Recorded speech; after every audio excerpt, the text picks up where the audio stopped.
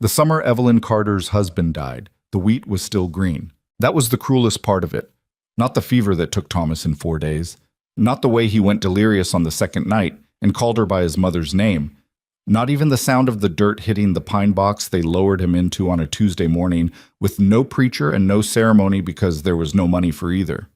The cruelest part was the wheat standing out there in the field, chest high and almost ready, swaying in the Kansas wind like it didn't know yet, like it hadn't gotten the news. Evelyn stood at the window of the farmhouse for a long time after the burial, watching those green stalks move. Her 3 daughters were behind her. Maggie at 9, the oldest, and already too quiet about things. Lily at 8, who had stopped humming to herself sometime in the past week and hadn't started again. And Grace at 7, who didn't fully understand and kept asking when Papa was coming back inside. Soon, Evelyn had told her that first day. She didn't say it again after that. Thomas Carter had not been a careful man with money. Evelyn had known this when she married him, had loved him anyway, had spent 12 years watching him shake hands on deals that fell apart and borrow against harvests that came up short. He was generous to a fault, and optimistic past the point of reason, and she had always been the one quietly figuring out how to stretch what they had. But she had never known, until the creditors started arriving, exactly how bad it was. The first man came 3 days after the funeral. He stood on the porch with his hat in his hands and a piece of paper folded in his breast pocket, and told her apologetically that Thomas had borrowed against the equipment. The second man came the following week and explained the mortgage situation in a voice carefully emptied of emotion. The third man didn't bother with apology at all. By the end of July, Evelyn understood that the farm was gone. The house was gone. The equipment was gone. What she had left was 3 children, a small trunk of clothing, and a distant relative named Harold Pruitt, who sent a letter offering to help. She should have known better. She had met Harold Pruitt twice in her life and had not liked him either time. A thin, watchful man with the kind of smile that arrived a half second after it should have, like he was calculating whether it was worth the effort. But she was 31 years old with 3 daughters and nowhere to go. And Harold Pruitt's letter said he had a house in Red Creek and connections and could arrange things. She took his offer. Red Creek, Kansas sat at the edge of what people called civilization, which meant it had a main street, 2 saloons, a hardware store, a bank, and a courthouse that doubled as a meeting hall. It did not have much patience for hard luck stories. The frontier had been eating hard luck stories for decades and had developed a certain immunity to them. Harold Pruitt's house was on the east end of town, a 2-story building that was better kept on the outside than the inside. He had a housekeeper named Mrs. Aldrich who looked at Evelyn and the girls the way you'd look at a stray dog that's followed you home. Not unkind exactly, just assessing, already calculating the cost. "You'll stay in the back rooms," Harold said, showing them up the stairs. "There's work to be done in the mornings. The girls can help with the laundry and the kitchen." Evelyn looked at him. "They're children." "Children in this town work," Harold said. He wasn't unkind about it either. That was what she'd come to think of as his particular talent.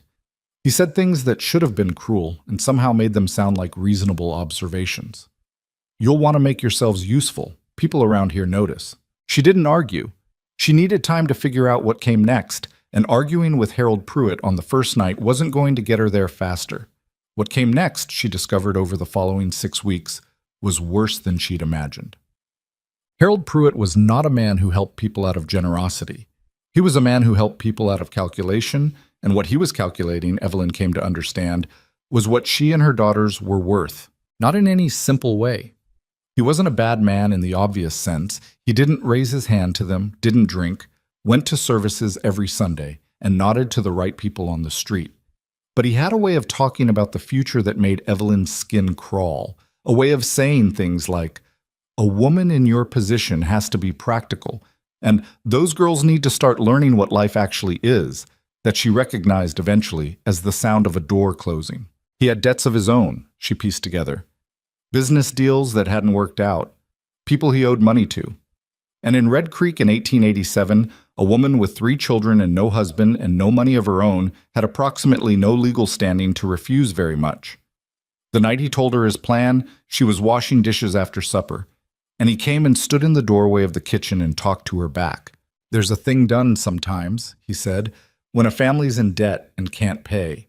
Labor contracts. Somebody buys the contract, gets the work, eventually the debt gets settled. Evelyn set down the plate she was holding. What are you saying? I'm saying it's legal, Harold said. It's done. Families in worse spots than yours have gone through it. She turned around. He was watching her with that half-second delayed expression, already measuring her reaction. You want to sell us, she said. It's not selling. It's a contract arrangement, a business transaction. You'd be placed with a family or a business that needs workers, the girls too, and the debt gets cleared. It's not permanent. It's permanent enough, she said. Harold's expression shifted, not to anger, but to something more patient and more frightening. Evelyn, you don't have a choice here. You have no money, no property, no husband, and 4 months of debt to my name now. I've been generous, but I have my own obligations. She didn't sleep that night. She lay in the back room with Grace curled against her side and Maggie and Lily on the other bed, listening to her youngest daughter breathe, thinking about options that weren't there. She thought about running. She thought about it in detail, mapping distances, calculating how far they could get on foot before Harold noticed they were gone. But she had no money, no destination, no one to run to, and 3 children who couldn't run fast or far. She thought about fighting and kept coming up against the same wall. The law in 1887 did not particularly care what she thought. By morning, she hadn't found a way out. What she had found, instead, was a very specific and focused fury, the kind that doesn't show on your face, that you hold in your chest like a coal you keep banking, saving for when you need it. The auction was set for a Thursday. Harold didn't call it an auction. He called it a contract placement. And the men who showed up in the town square that morning nodded and called it that too, because the word mattered, apparently, even when the thing was the same. There were 8 or 10 of them gathered by 9 o'clock, ranchers mostly, a couple of businessmen from the far end of town, and a handful of onlookers who'd heard about it and come to watch the way people come to watch things they tell themselves later they didn't want to see. Evelyn dressed her daughters carefully that morning. She had done their hair and made them put on their best clothes, not because she wanted them to look presentable for sale, but because she needed them to look like people, like someone's children. She needed any man who looked at them to have to work at not seeing that. Maggie had understood enough to go quiet and steady, her jaw set in a way that looked like Thomas. Lily had cried until she ran out of tears and then stood up straight with swollen eyes. Grace had held Evelyn's hand and asked, for the last time, if they were going somewhere new. Maybe, Evelyn said. It was the most honest answer she could give. The square in Red Creek was not large. The courthouse steps served as the platform, and Harold stood at the top of them with his papers and his reasonable voice, while Evelyn and the girls stood below on the second step, slightly apart, Evelyn positioned between her daughters and the crowd in the only way she could manage. She kept her back straight because she'd decided she wouldn't give them the satisfaction of watching her fold. Harold was explaining the terms. 4 years on the contract, labor in exchange for housing and food, and a modest wage that would go toward clearing the debt. When Evelyn heard the crowd shift, not a sound exactly, more a change in the weight of attention. She didn't look right away. She was watching a heavy-set rancher at the front of the crowd, who'd already made one comment she hadn't liked, something about the girls being young enough to train up right, and she was making sure she had his face memorized. Then someone near her said, "Lo, that's Mercer." She looked then. He was standing at the back of the crowd, which was why she'd missed him coming. Caleb Mercer was not the kind of man you noticed gradually. He was the kind you noticed all at once, the way you notice a weather change. He was tall and broad through the shoulders, and his face had the particular look of a man who'd spent a lot of years outside doing hard work, deeply lined, not unkind, but very far from soft. He was somewhere in his mid-40s, she guessed. His hat was pushed back on his head, and he had his arms folded across his chest, and he was watching the proceedings on the courthouse steps with an expression she couldn't quite read from this distance. Not the expression of a man enjoying himself. That much she could tell. He wasn't moving, he was just watching. But something about the way the crowd had shifted when he arrived told her that his watching mattered to people in a way that other men's watching didn't. Harold had gotten to the bidding part. He was saying the words in his calm, reasonable way, and Evelyn heard Grace make a small sound beside her, and she reached back without looking and found her youngest daughter's hand. "Don't," she said quietly. Not harshly, just the word, flat and steady. Grace didn't cry. The heavy-set rancher at the front spoke first, made an offer for Evelyn and the two older girls. "Old enough to work," he said, which was a sentence Evelyn filed away in that coal-banking part of herself. A second man countered for just Evelyn and Maggie. A third man who ran a laundry on the far end of town offered something for Lily and Grace together. The idea of her daughters being separated hit Evelyn somewhere below her ribs. She had known intellectually that it was possible. Knowing it and hearing it spoken aloud in a public square on a Thursday morning were different things entirely. "I'll take all four." The voice came from the back of the crowd. Chab. Everything stopped. That was what it felt like, the bidding, the noise, even Harold's reasonable voice trailing off mid-sentence. The crowd turned, and Evelyn could suddenly see Caleb Mercer clearly as the people between them shifted. He hadn't moved from his spot. His arms were still folded. He said it the way a man says something he's already made up his mind about. Not a question, not a negotiation opener. Just a statement of fact waiting to be processed. Harold blinked. "Mr. Mercer, I said I'll take all four, together. What's the contract for all of them?" Harold looked down at his papers with the expression of a man recalculating. The heavy-set rancher at the front turned around and looked at Mercer with an expression that was not friendly. One of the other bidders made a sound under his breath. "The combined contract for Mrs. Carter and her 3 daughters," Harold began. "I heard the terms," Mercer said. "What's the number?" Harold told him. Mercer said, "Done." Me? He didn't come up to them right away. He waited while Harold finished his paperwork. Harold had a lot of paperwork, which Evelyn supposed was the point, to make a thing that was ugly look like a business transaction. And then the crowd began to drift away in the way crowds do after something's over. A little loud, not quite meeting each other's eyes. Evelyn stood on the courthouse steps with her daughters gathered close and waited. He walked across the square toward them, and she had time in those 30 or so feet to decide what she was going to say and not say. She had spent the morning deciding she would not thank anyone. She would not perform gratitude for being rescued from a situation she should never have been put in. He stopped a few feet away. Up close, the lines on his face were deeper. A man who'd had some hard years and wasn't pretending otherwise. His eyes were a specific gray that she found difficult to categorize. Not cold, not warm, just present, in a way that felt like he was actually looking at her, rather than at the idea of her. "Caleb Mercer," he said. "I've got a ranch about 12 miles out, Twin Pines." "I know who you are," she said. He didn't seem surprised by that. "Then you know I run a working operation. I need hands who can do real work. Your family does the work. You'll be housed and fed and paid, and the contract gets cleared in 4 years. I won't misrepresent that. It's 4 years of labor. But you'll be together." Maggie was looking at him with the kind of focused attention she gave things she was trying to figure out. Lily was still holding Evelyn's hand. Grace had moved to stand slightly behind Evelyn's left hip, but she was peering around at Mercer with something that wasn't quite fear. Evelyn said, "And after 4 years?" Mercer looked at her steadily. "After 4 years, the contract's done and you go wherever you want." It wasn't a promise of kindness. It wasn't a speech about saving them or giving them a new life. It was a statement of terms, delivered plainly, and something about the plainness of it was the first thing in weeks that she halfway believed. "All right," she said. She didn't say thank you. He didn't seem to expect it.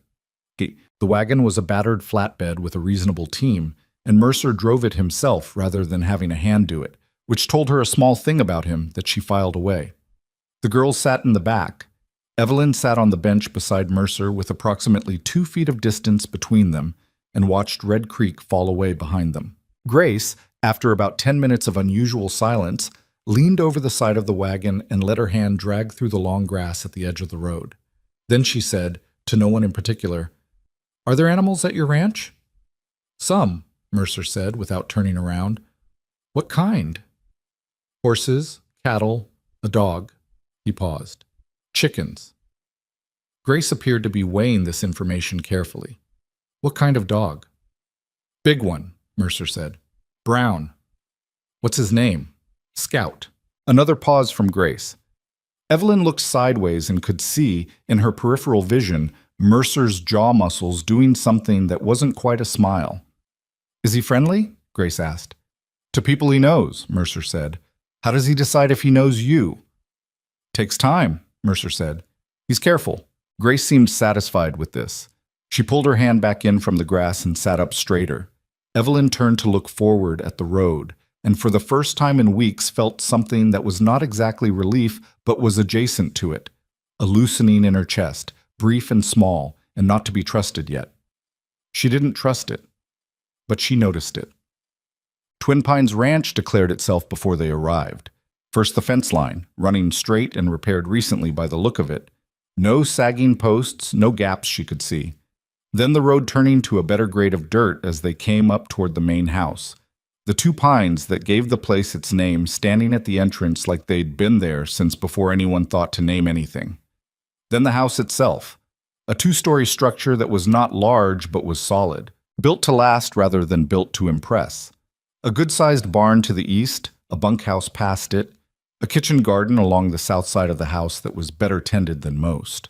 A man came out of the barn as they pulled up, somewhere in his 30s, wiry, with a face full of sun damage and an expression that defaulted to wariness.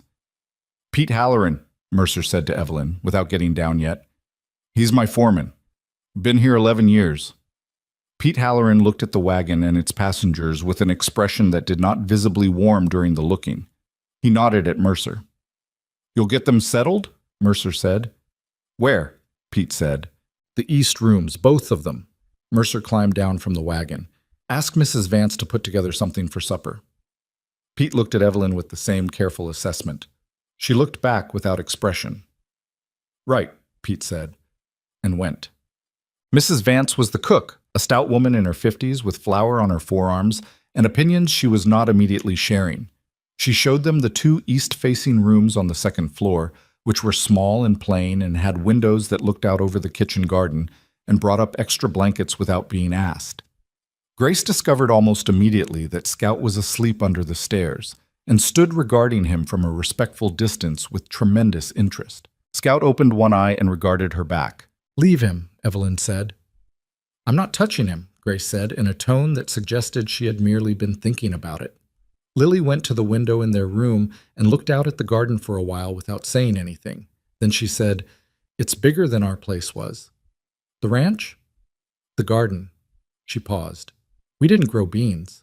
Evelyn sat down on the edge of one of the beds, which was harder than she'd expected, and also the first solid surface she'd sat on in days that felt like it would hold. Her back ached. Her head ached. Everything ached.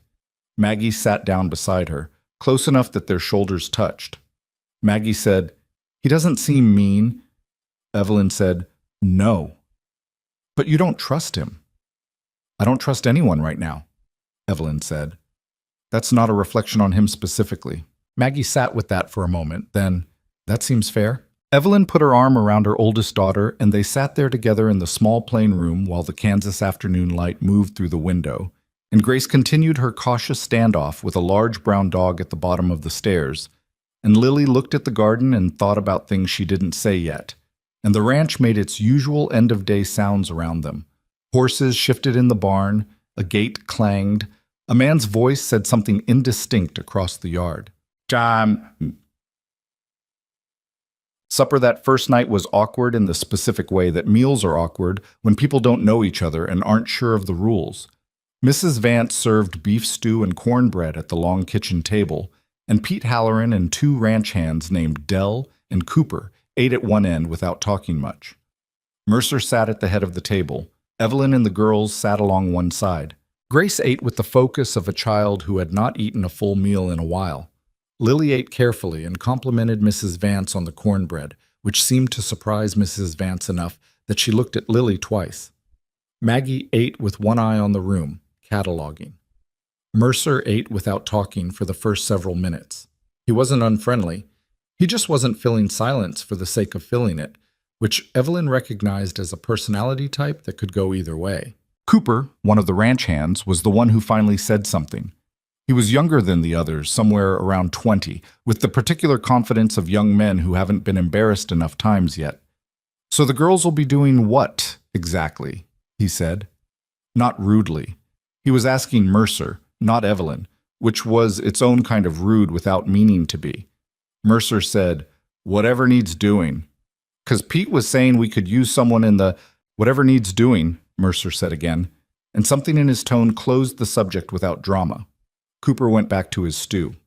Evelyn, watching all of this, revised her estimate of Caleb Mercer slightly upward, not because he'd been warm about it, because he hadn't made a speech about it either. He'd just said the thing and meant it, and moved on. After supper, she stayed to help Mrs. Vance wash up. Mrs. Vance accepted the help without ceremony and handed her a towel. "You done ranch work before?" Mrs. Vance said after a while. "Farm work," Evelyn said. "We had a wheat farm and livestock some." Mrs. Vance nodded, scrubbing a pot. "Ranch is different." "I expect I'll learn." Mrs. Vance glanced at her sidelong. "He's not a bad man," she said. "He's not easy either, but he's not bad." "I didn't ask," Evelyn said. "No," Mrs. Vance said. "I know you didn't." They finished the dishes. She saw Mercer later that evening, by accident. She had gone outside. The girls were in bed, and the ranch hands had retired to the bunkhouse, and the house was quiet in a way that felt unfamiliar, and she needed air. And he was sitting on the front porch in one of the two chairs out there, not doing anything, just sitting.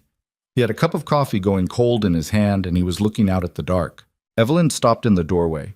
He heard her and turned his head, and for a moment neither of them said anything. Then she said, "Why did you do it?" He looked at her for a moment. Then he looked back out at the dark. "I had a wife," he said. "Rebecca. She died in '82, fever." He said it the way you say a thing you've said many times that's worn smooth from handling. "We had a boy. He was 2. He died with her." Evelyn said nothing. "I've been running this ranch alone since then," Mercer said. I'm not explaining something that isn't there. I just..." He stopped. Started again. "I watched that square fill up this morning, and I watched Harold Pruitt do his reasonable voice, and I watched those men standing there with their offers, and I thought about Rebecca, standing in a square." He shook his head. "I couldn't not. It was not a polished thing to say. It wasn't the declaration of a man who'd made a noble decision and wanted credit for it. It was the explanation of a man who'd done something because not doing it wasn't something he was capable of that morning, and he wasn't entirely sure what it meant yet." Evelyn stood in the doorway a moment longer. Then she said, "Good night, Mr. Mercer." "Good night," he said. She went inside. She lay in the dark of the small plain room and listened to the ranch settle around her, the sounds of a place that had its own rhythms she didn't know yet, and thought about what he'd said, and thought about Rebecca, who she'd never know, and thought about Thomas in his green wheat field, and thought about her daughters in the next room, sleeping deeper than they had in weeks. The tension of the past months releasing itself in sleep the way children's bodies do. And the grief and the relief and the fury and the uncertainty were all present at once, which was not comfortable, but was at least honest. She had 4 years. 4 years to figure out what came next. She'd figure it out. In the first weeks, the ranch made its demands known without asking whether she was ready. She was up before 5 every morning, not because anyone ordered her to be, but because there was no version of herself that could lie in bed at 5 in the morning with work undone. She learned the kitchen garden from Mrs. Vance, who taught by doing rather than explaining. She learned which fences needed checking in which order, and how the water troughs worked, and where the supply shed kept things, and the particular temperament of the bay mare in the third stall, who did not like being approached from the left side. Maggie followed her like a shadow and asked questions that were usually better than the ones Evelyn had thought to ask. Pete Halloran started bringing his ledger books out to the kitchen table on Thursday evenings, initially because Mrs. Vance had told him to reorganize them, and he had no particular gift for organizing, and somehow, through some gravitational process that no one commented on, Maggie ended up sitting beside him, working through the columns. By the third Thursday, Pete was handing her the books and going to get coffee and coming back to find them corrected. He didn't say anything about it. He just kept bringing the books. Lily found the piano. It was in the front room, covered with a sheet, and nobody had mentioned it. Evelyn had assumed it was there as furniture. A lot of frontier households had pianos that nobody played anymore, leftovers of optimism. But she came downstairs one afternoon to the sound of something hesitant and careful coming from behind the closed door, and opened it to find Lily sitting at the uncovered keyboard playing a scale with one hand. She stopped when Evelyn appeared. "Was that there the whole time?" Evelyn said. Lily nodded. "Does it work?" "Mostly," Lily said. "3 keys stick. But mostly." Evelyn looked at the piano, a battered upright, clearly old but solid, and then at her daughter's face, which had the look of a child carefully not wanting something too loudly in case it got taken away. "Play something," Evelyn said. Lily played something small and careful, and then, when Evelyn didn't leave, something less small. By the time Evelyn went back to the kitchen, Lily was playing with both hands. She heard it from 3 rooms away and thought, "There she is. There's Lily again." Grace and Scout reached an understanding in the second week. It happened without ceremony. Grace had been leaving small scraps near where Scout slept, not approaching him, just leaving them and retreating. And Scout had been ignoring her with the pointed deliberateness of an animal making a decision. Then one morning, Evelyn came around the corner of the barn and found Scout sitting next to Grace, while Grace crouched beside him with her hand on his back, both of them looking at a field mouse that had appeared from somewhere. The mouse left. Grace and Scout continued sitting. Mercer had come around the same corner at the same moment, from the other side, and stopped the same way Evelyn did. He looked at Grace and Scout for a moment. "Huh," he said. "How long has he been yours?" Grace asked him, without looking up. 6 years, Mercer said. "Did you name him right away?" "No, he was just dog for a while." "Why'd you pick Scout?" Mercer considered this. He found the wolf trap that time, east pasture, found it before one of the horses stepped in it. Grace appeared to think this was sufficient. "Okay," she said. She stayed where she was. Scout stayed where he was. Mercer looked at Evelyn across the barn corner. Evelyn looked back. Neither of them said anything, which was the shape their conversations often had, one of them observing something, the other acknowledging it, and then both of them going back to work. But it was a different quality of silence than the first week. There were hard days. That needs to be said. There were mornings Evelyn woke up, and the grief hit her before she was fully conscious. Thomas, the farm, the life that was supposed to happen, and she lay there and let it sit on her chest for exactly long enough and then got up. There were evenings Lily sat at the piano and played something too slow and mournful, and then stopped and said she was tired when she wasn't tired, and Evelyn let that go too because there wasn't a thing to say that would help it. There was the day Maggie came in from the east pasture with a cut on her palm from a wire fence and sat at the table while Evelyn wrapped it and said quietly, in a voice Evelyn hadn't heard from her before, "I miss Papa." "I know," Evelyn said. "It's not like missing him gets less. It's just like I keep finding new parts of it." Evelyn looked at her daughter's 9-year-old face, saying 9-year-old words that were also completely true. "Yeah," she said, "that's what it is." She wrapped the hand and held it for a moment longer than necessary, and Maggie let her. There was also the afternoon Pete Halloran came to find Evelyn in the garden with his hat in his hands and said that 2 of the ranch hands from the South Pasture crew had been complaining, not loudly, not to Mercer, but to each other and in earshot of Pete, about a woman giving orders, about children underfoot, about the situation. "Which ones?" Evelyn asked. "Dell and Cooper." She thought about Cooper from the first supper. She'd been right about the not embarrassed enough yet assessment. "What do you want me to do about it?" Pete said. He was not unfriendly about it. He was genuinely asking. "Nothing," she said. "It's not your problem. I'll handle it." She found Dell and Cooper the next morning repairing a section of fence on the western line and said, without introduction, "I hear there's been talk about me and my daughters." Both men looked at her. Cooper had the grace to look somewhat caught. Dell was older, harder to read. "I'm not here to argue about it," she said. "I'm here to say that I don't make decisions I don't understand, and I don't give direction on things I haven't learned. If you've got a problem with the way something's being done, you tell me to my face and I'll listen. If you've got a problem with me being here at all," she paused, "that's between you and Mr. Mercer." She left them with the fence. She heard later from Mrs. Vance that Dell had said something to Pete about the Carter woman not being as soft as she looked, which, in the language of ranch hands, was apparently close to a compliment. What? Mercer heard about the fence conversation. She didn't know who told him. Pete, probably. But one evening he was out on the porch when she went past and he said, "You didn't need to do that yourself." "I know," she said. "I would have handled it." "I know that too," she said. She kept walking. Then she stopped and turned back. He was watching her from the porch with the gray eyes and the unreadable expression. "I need to handle things myself," she said. "Not because you can't, because I need to know I still can." She paused. "I stopped knowing that for a while. I don't want to stop knowing it again." He looked at her for a moment, then he nodded once, the way he nodded when something was settled. Not agreement exactly, more like he'd placed the information where it needed to go. "All right," he said. She went on. Behind her, she heard the creak of the porch boards as he settled back in his chair, and the distant sound of Lily playing piano drifting through an open window, and Grace talking to Scout in the low, earnest voice she used when she thought no one was listening, and the sun going down over Kansas in its usual spectacular and indifferent way. And none of it was the life she'd planned, and all of it was real. She'd been here 6 weeks, 3 years and 46 weeks to go. She went back inside. The autumn came the way it always did in Kansas.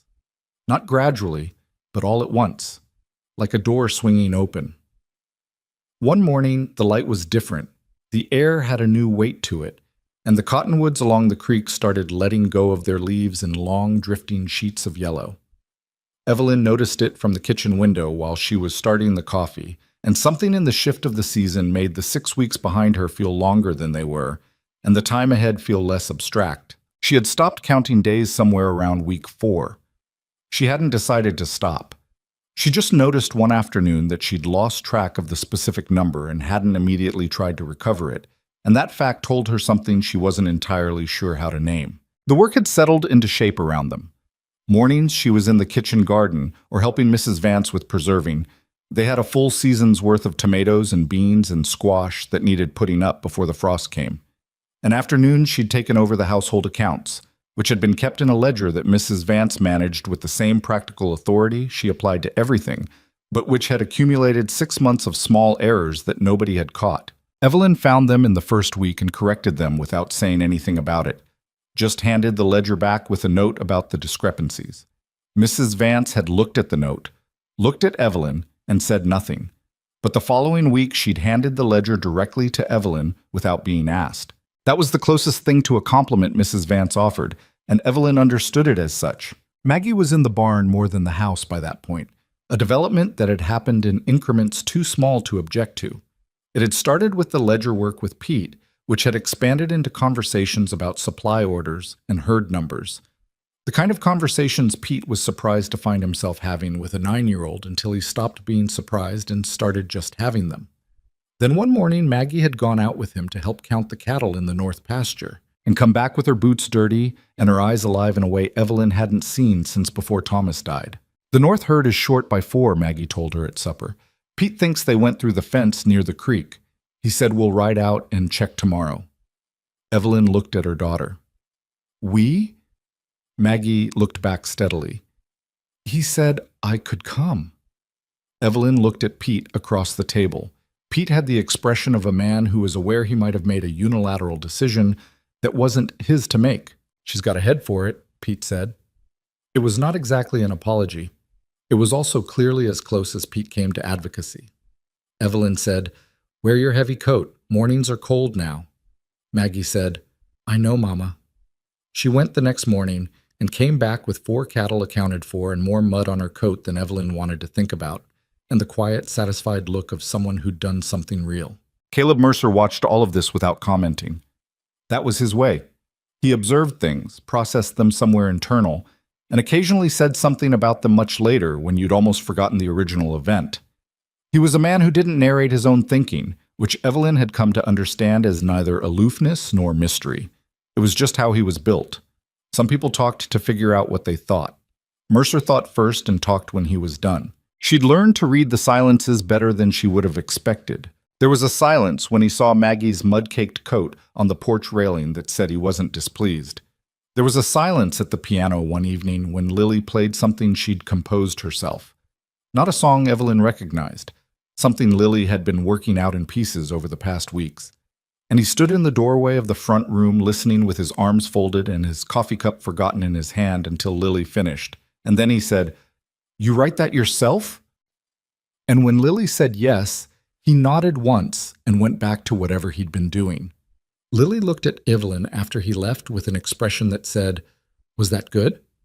Evelyn said, "Yes." Lily played it again. The trouble started in October. Evelyn felt it coming before she knew the shape of it. A visitor to Red Creek whom Pete mentioned in passing, a name she didn't immediately register until later that night, when something nagged at her enough to make her ask. "Who came through town?" she said the next morning, catching Pete in the yard. "Fella named Pruitt," Pete said with no particular inflection. He was tightening a harness and didn't look up. "Asking around about Mercer's place." The name sat in her stomach like a stone. "What kind of asking around?" she said. Pete set down the harness. He looked at her now.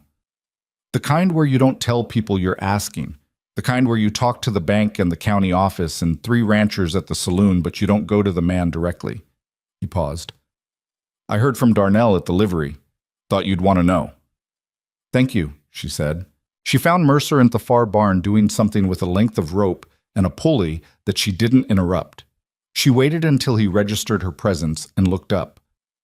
"Harold Pruitt is in Red Creek," she said. Mercer set the rope down. His expression didn't change much, that same stillness, but something in the set of his jaw shifted. "When?" "Yesterday. He left, I think, but Pete says he was asking about you, about the ranch." She hesitated.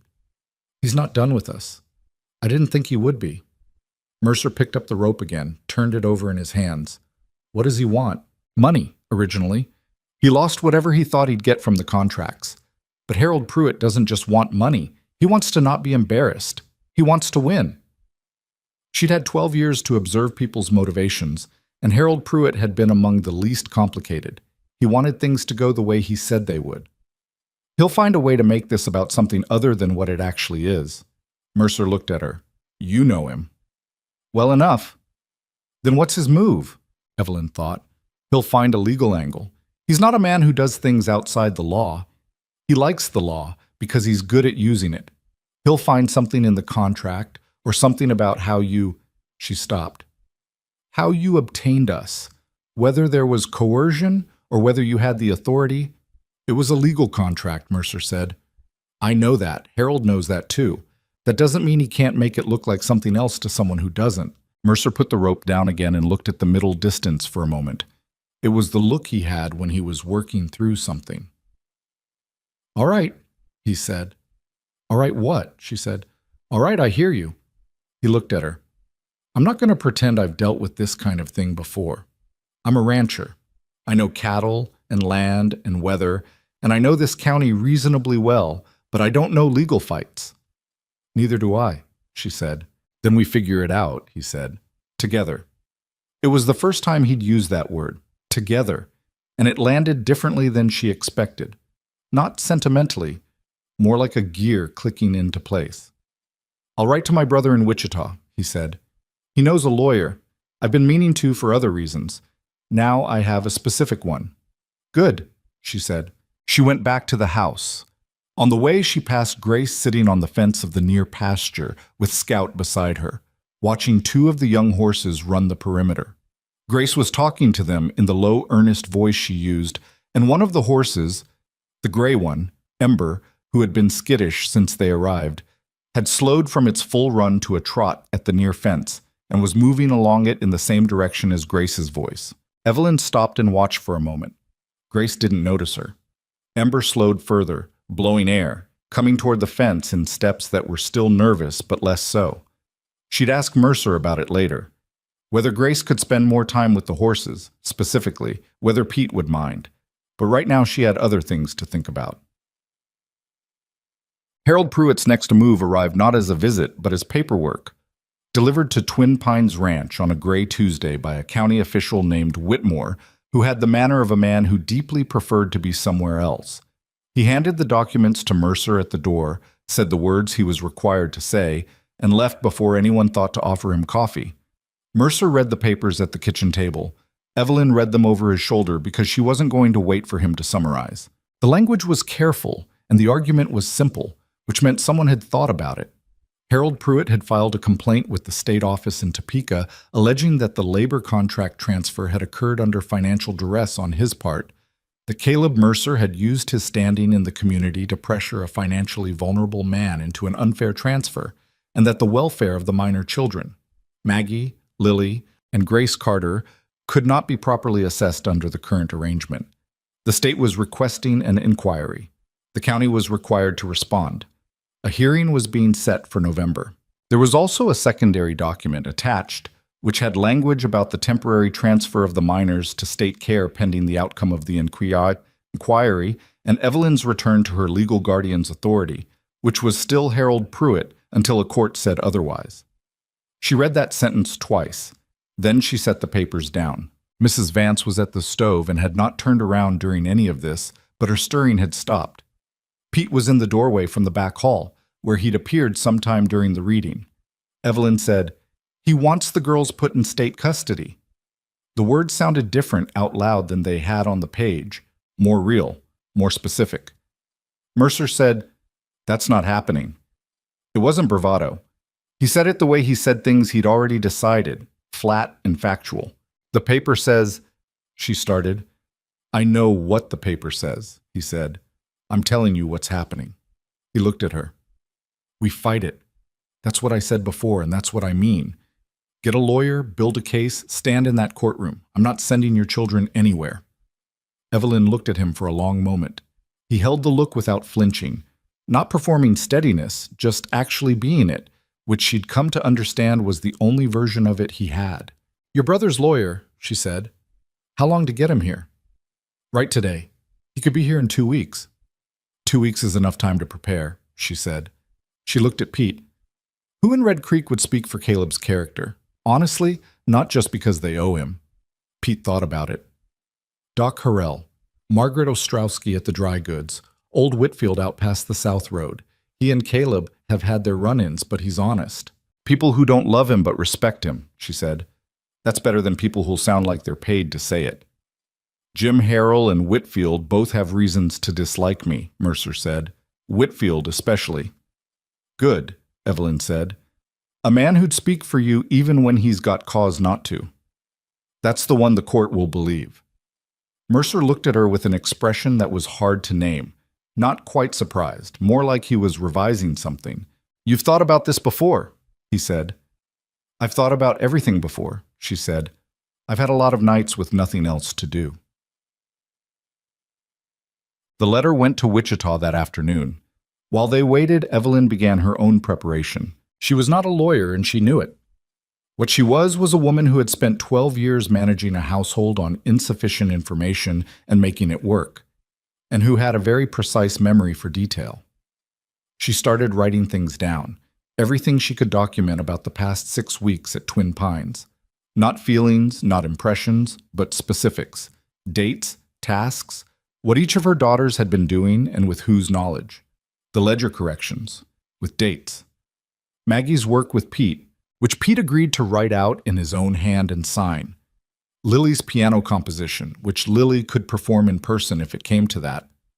Grace and the Horses, which Mercer wrote up himself in 2 pages of very plain, very direct language that said more by its plainness than a longer statement would have. She also wrote her own account. She started from the farm, from Thomas's death, from the first creditor on the porch. She wrote Harold Pruitt's offer, and what he'd said in the kitchen, and what she'd understood him to mean. She wrote the auction, and what was said there, who said it, in what order, with what words. Because she'd been standing on those steps with nothing to do but listen, and she had listened very carefully. She wrote for 3 evenings in a row, at the kitchen table after the girls were in bed. Mercer came through twice and saw her writing and didn't ask. He made coffee and left a cup near her without comment, which she appreciated for its uncomplicated practicality. On the 3rd evening, he sat down across the table from her. You going to sleep? He said. When I'm done.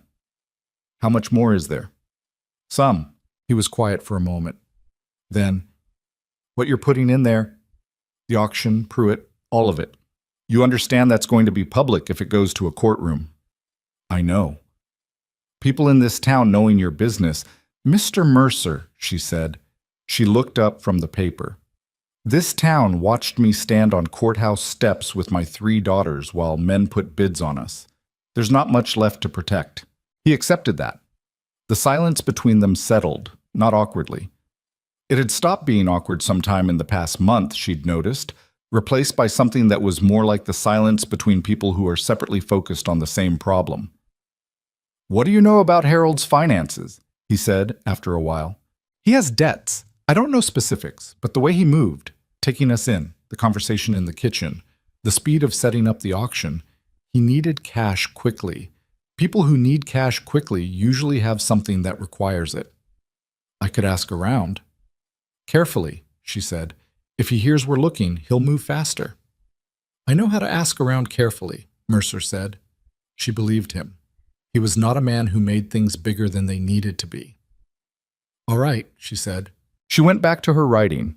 He got up and put his coffee cup in the wash basin and went upstairs. She heard his footsteps overhead, measured and deliberate, and then the quiet of the house at night, and the scratch of her pen on paper, and the wind outside that had picked up cold and was moving through the cottonwoods in long, sighing passes. Oh, the lawyer's name was Edmund Ware. He arrived on a Wednesday afternoon with a leather satchel, a serious face, and the kind of focused attention that told you he'd read the letter more than once. He was somewhere in his late 40s, heavy-set, with spectacles he took off and cleaned when he was thinking and put back on when he'd decided something.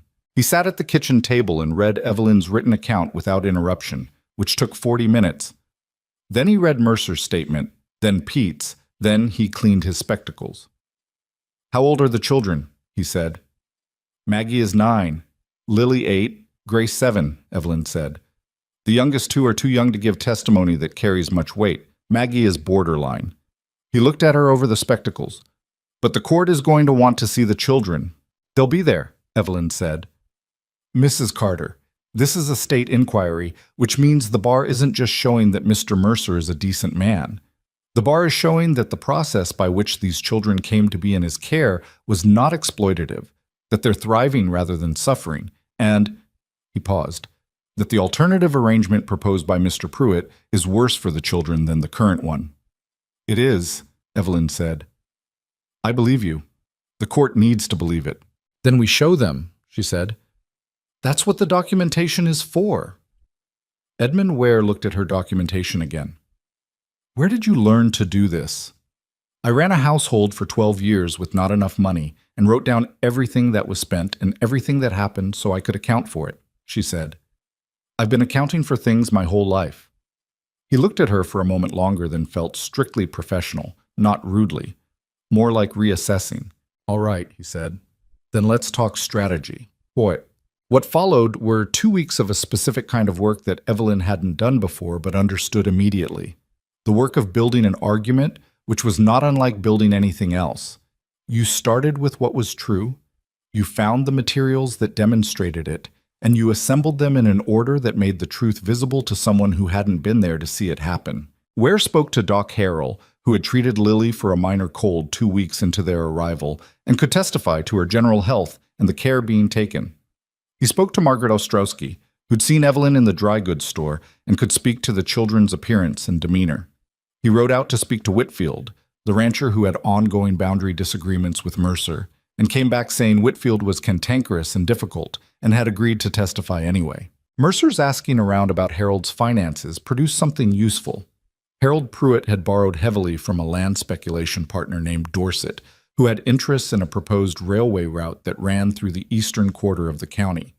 There were parcels of land Harold had optioned through the arrangement, and there were questions about whether some of those options were legitimate. It wasn't the kind of thing that directly contradicted Harold's claims in the inquiry, but it was the kind of thing that painted a picture of a man whose financial decisions were being driven by pressure, which went to motive. Can we use it? Evelyn asked Ware. Not directly, Ware said. But if Pruitt takes the stand and presents himself as a man acting purely out of concern for these children, and I have information that suggests his concerns are somewhat more financial in nature, then yes, we can use it. Evelyn wrote 3 more pages that night. The hearing was 2 weeks away when Harold Pruitt came to the ranch. She didn't know he was coming.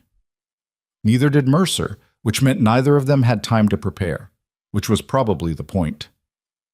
She was in the kitchen garden cutting the last of the autumn kale when she heard hoofbeats on the road and looked up to see Harold's buggy coming down the drive, and she stood there with dirt on her hands and a knife in her apron pocket and watched him pull up to the front of the house. He got down from the buggy and saw her. "Evelyn," he said. The voice was the same, reasonable, patient. He was wearing his good coat. He had the look of a man who'd planned this visit carefully. "Harold," she said. He walked across the yard toward her. His eyes went briefly to her hands, the garden, the house, and she could see him cataloging it, not appraising exactly, more confirming something he'd already decided. "I'd like to talk," he said. "Reasonably, before this goes further. We have a hearing scheduled," she said. "Talk to Edmund Ware." "I'm not interested in lawyers and hearings," Harold said. "I'm interested in resolving this quietly, the way it should have been handled from the start." He paused. "The inquiry doesn't have to proceed. If you come back, you and the girls, and we settle the original contract arrangement appropriately, I withdraw the complaint and everyone goes on with their lives." She looked at him. His face had the same measured patience it always had, and underneath it she could see something else now that she hadn't been able to see before. Not malice exactly, more a kind of fundamental incapability of understanding that what he'd done was wrong. He had genuinely organized this in his mind as a reasonable business matter that had gone sideways, and he was now making a reasonable offer to correct it. "No," she said. Harold's expression shifted. The patience was still there, but something tightened underneath it. "Evelyn, think carefully. The hearing—" "I've thought about it," she said. "My answer is no. The court could rule against you. The children could be placed in—" "I know what the papers say," she said. "I drafted my own." He looked at her for a moment. She saw him trying to find the version of this conversation where her refusal was temporary, where he could say the right thing to move her back to the position he needed. "You're not being rational," he said. And she heard in it now what she'd missed when she was frightened. This was what he always said when people didn't give him what he wanted. Rational meant agreeable. Irrational meant no. "I'm being very rational," she said. "I have a lawyer. I have documentation. I have witnesses. And I have 3 daughters who sleep through the night for the first time since you put us on those courthouse steps." She held his look. "Get off this property, Harold. Talk to Edmund Ware if you have something else to say." Harold looked at her for a long moment. Then he looked at the house, the garden, the barn in the distance, and the ranch that surrounded all of it. "This isn't over," he said. "I know," she said. He got back in his buggy and left. Evelyn stood in the garden with her dirty hands and watched the buggy go down the drive and out onto the road and diminish toward town. Then she turned and found Mercer standing at the corner of the house. She didn't know how long he'd been there. "How much did you hear?" she said. "Enough," he said. She nodded. She went back to the kale. After a moment, she heard him go back toward the barn, his footsteps on the hard November ground, and then the familiar sounds of the ranch going on around her. And she stayed in the garden until the cold drove her inside because she needed the air and the space to let her hands stop shaking. They'd been shaking since Harold pulled into the drive. She hadn't let them show. But they'd been shaking. She told Ware about the visit that evening. Ware was not happy. "He came to the ranch directly?" Ware said. "He offered to withdraw the complaint if we came back to him," she said. "I said no." Ware cleaned his spectacles, put them back, took them off again. That's actually useful. If he's offering to withdraw, it suggests he's not certain of the outcome. And if you have witnesses to the offer—" "Mercer heard most of it," she said. "Good." Ware was making notes. "It also speaks to motive. He's not conducting this inquiry because he genuinely believes those children are in danger. He's conducting it because he wants the contract back, or at minimum, he wants to demonstrate that he has power in this situation." He looked at her. "We document the visit. We document the offer. We document your refusal. I've already started, she said. Ware almost smiled. You know, most clients I have to drag through this process. I've had to drag myself through worse, she said. The night before the hearing, Evelyn sat in the chair by the window of the small plain room and looked out at the November dark. The ranch was quiet. Her daughters were asleep. Grace had gone out like a lamp the moment her head hit the pillow. Lily had read for a while with the small oil lamp and then gone quiet. Maggie had lain awake longer than the others, the way she did on nights when she was thinking, and had finally settled sometime around 10. Evelyn had not settled. She wasn't afraid exactly. She'd passed through fear into something on the other side of it, a state where the outcome was still uncertain, but her own position in relation to it had become clear. She knew what she was going to say. She knew what she'd documented. She knew where was good, and the witnesses were honest, and the children were demonstrably, visibly, undeniably better than they had been. She also knew that courts in 1887 did not always respond to demonstrable, visible truth. She knew that a man with Harold Pruitt's patience and Harold Pruitt's understanding of legal language was not nothing. She knew the inquiry had been filed with the state, and the state had its own processes, and those processes were not always on the side of the person who was right. She knew all of that. She was still going to walk into that courtroom tomorrow and say every word she'd prepared, and mean every one of them. Downstairs she heard a door, and then the sound she'd come to recognize as Mercer not sleeping either.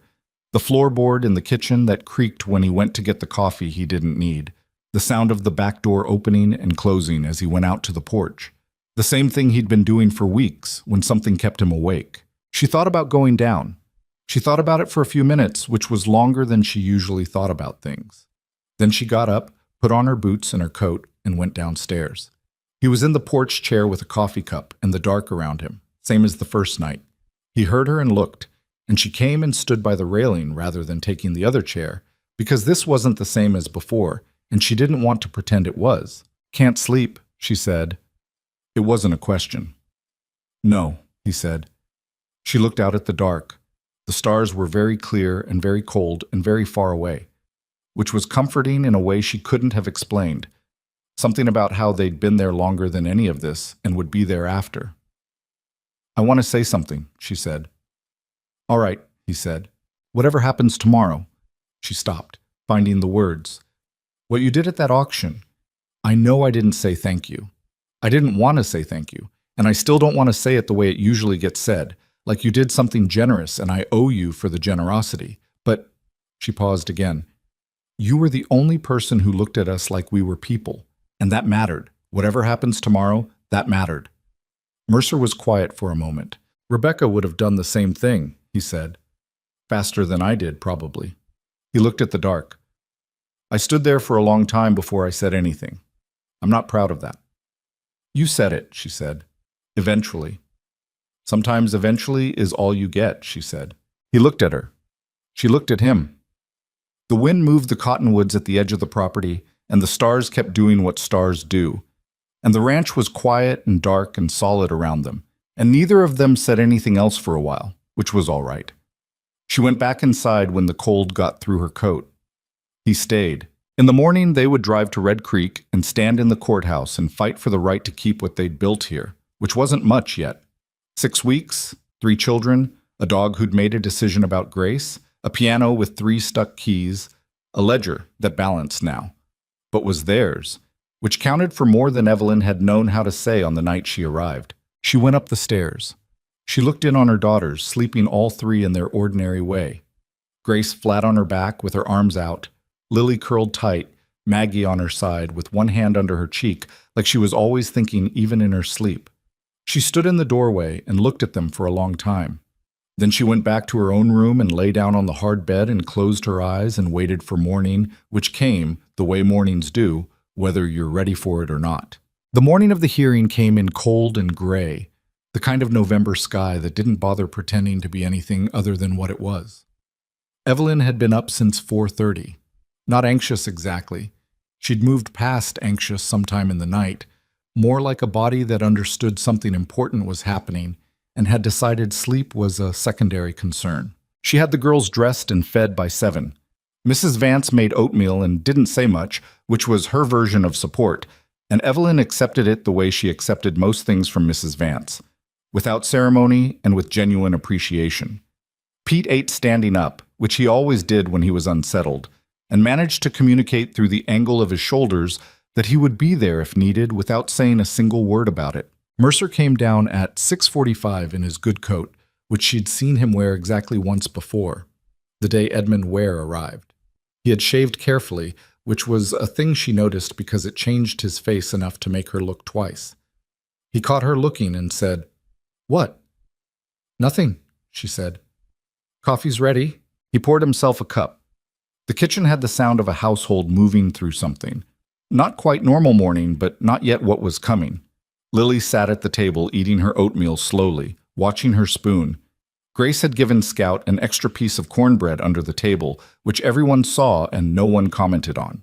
Maggie was the only one who was fully ready before she needed to be, sitting straight in her chair with her hands in her lap and the look of someone rehearsing. Evelyn went to her. She crouched down in front of Maggie's chair. "You don't have to say anything today," Evelyn said. "I know," Maggie said. "Ware said the girls might be asked a few questions, simple ones. You can answer simply." "I know, Mama."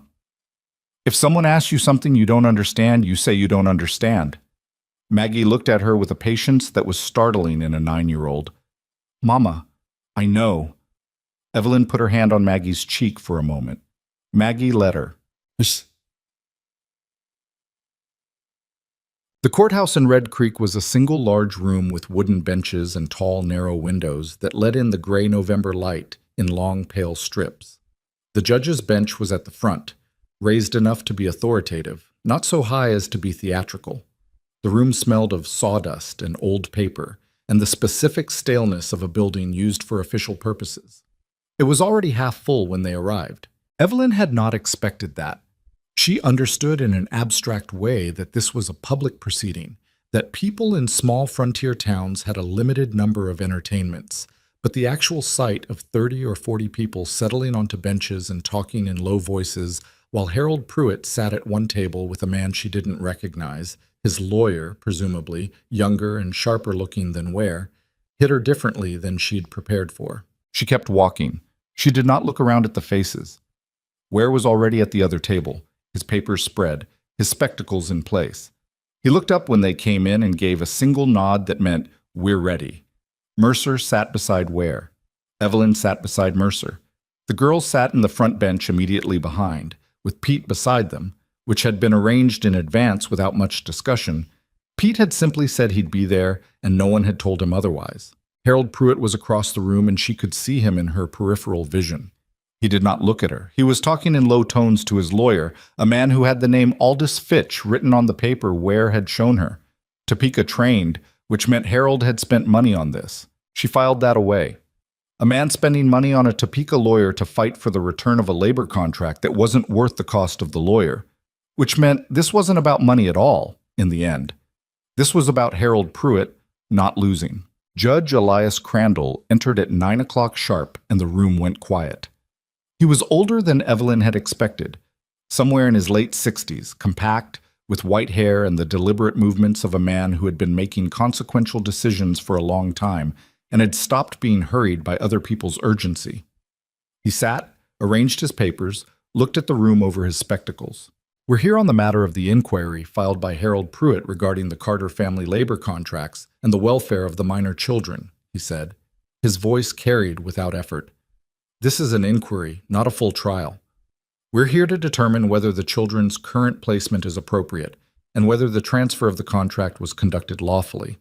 Mr. Fitch, your client's complaint." Aldous Fitch stood. He was good. Evelyn watched him the way she'd watch anyone she needed to understand quickly, cataloging, confident but not showy, organized, the kind of lawyer who made complex things sound simple and simple things sound inevitable. He laid out Harold's complaint in 15 minutes, hitting the key points without overloading them. The transfer was conducted in haste. Caleb Mercer was a man of significant local influence, and Harold Pruitt was a man in financial difficulty, which Fitch framed not as Harold's failing, but as vulnerability that could be exploited. The children were placed in the care of an unmarried man running a working ranch with minimal domestic arrangements. State law had clear standards for the welfare of minor children. He was careful not to accuse Mercer of anything specific. He didn't need to. He just kept using words like unclear and concerning and without adequate inquiry until the air in the room had a slightly different quality than it had before he started. Evelyn wrote 3 words on the paper in front of her. Financial vulnerability, his. Ware saw it.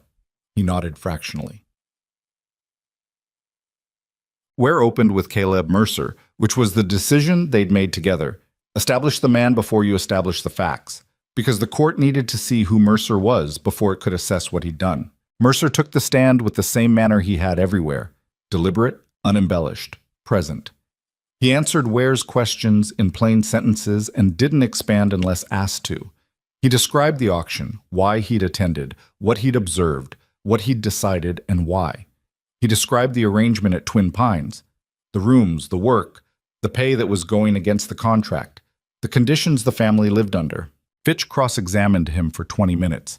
He was looking for cracks in the plainness, trying to find a place where Mercer's manner would read as either arrogance or evasion. He asked about Mercer's relationship to the county officials who'd overseen the auction. He asked whether Mercer had spoken to Harold Pruitt before the auction. He asked about the specific terms of the financial arrangement. Mercer answered everything in the same tone, no more, no less. At one point, Fitch said, "Mr. Mercer, would you characterize your influence in this county as considerable?" Mercer said, "I'd characterize it as what comes from being here for 20 years and doing what I said I would do." Fitch paused, moved on. After Mercer, Ware called Pete Halloran. Pete on a witness stand was Pete in the barn, plain-spoken past the point of comfort, unwilling to elaborate on things he didn't think needed elaborating, occasionally so direct that it bordered on difficult. Fitch tried to establish that the children's presence on the ranch was more burden than flourishing, and Pete said, with the expression of a man hearing something that didn't match any reality he'd observed, "The older girl's been helping me run the supply numbers since her 3rd week. She found an ordering error I'd been making for 2 years. There was a sound from somewhere in the benches. Not laughter, more like the involuntary noise a room makes when something lands." Fitch let Pete go. Doc Harrell was brief and professional. He described Lily's cold, the children's general health, the conditions of the household. Fitch did not cross-examine him much. A doctor's testimony about children's physical health was difficult to attack without looking like you were attacking the children's health. Then Ware called Margaret Ostrowski. She was a small woman, somewhere in her 60s, who had run the dry goods store in Red Creek for 30 years and had the particular authority of someone who'd seen everyone in the county at their worst and kept their own counsel about it. She sat in the stand like she sat in her own store, comfortable, unimpressed by the setting. She said she'd seen Evelyn Carter in her store on 4 occasions since October. She said she'd seen the children twice. She said that in her observation, and she said observation with a weight that made it clear she took the word seriously, the children did not have the manner of children who were suffering. Fitch, cross-examining, said, "And how would you characterize the manner of children who are suffering, Mrs. Ostrowski?" She looked at him. "Small," she said. "They get small. They stop asking for things. They stop looking at people directly." She paused. "The middle girl, Lily, she spent 10 minutes in my store looking at the sheet music I carry. It's not much, just what I can get, but she looked at every page." She folded her hands. "Children who are suffering don't look at sheet music for 10 minutes. Fitch said, "That's an impression, not a fact." Margaret Ostrowski looked at him with 30 years of observing people in her eyes. "Everything about human beings is an impression," she said. "The question is whether your impression is worth anything." Ware did not try to hide that he was pleased. Whitfield came last in the morning session. He was a big man, 60s, weathered past the point of caring how he looked in a courtroom, and he sat in the stand with his hat in his lap and his jaw set in a way that suggested he was already annoyed about being there. Ware asked him to describe his relationship with Caleb Mercer. Whitfield said, "Contentious." The room shifted. Ware, with the practiced air of a man who'd prepared this exactly. "Can you be more specific?" "We've had 3 boundary disputes in 15 years, Whitfield said. "One of them went to mediation and Mercer won it, and I thought he was wrong. And I still think he was wrong." He paused. "He was also right, technically, which is the part that bothered me." And despite that history, you agreed to testify on his behalf? Whitfield looked at Ware. Then he looked at the room, at Harold Pruitt's table, at the benches full of people. I came because what I saw on that auction block in August was wrong, he said. And I don't care whose business it is. What was done to that woman and those girls was wrong. Mercer was the only one who did something about it. He paused. I wouldn't say that if it wasn't true.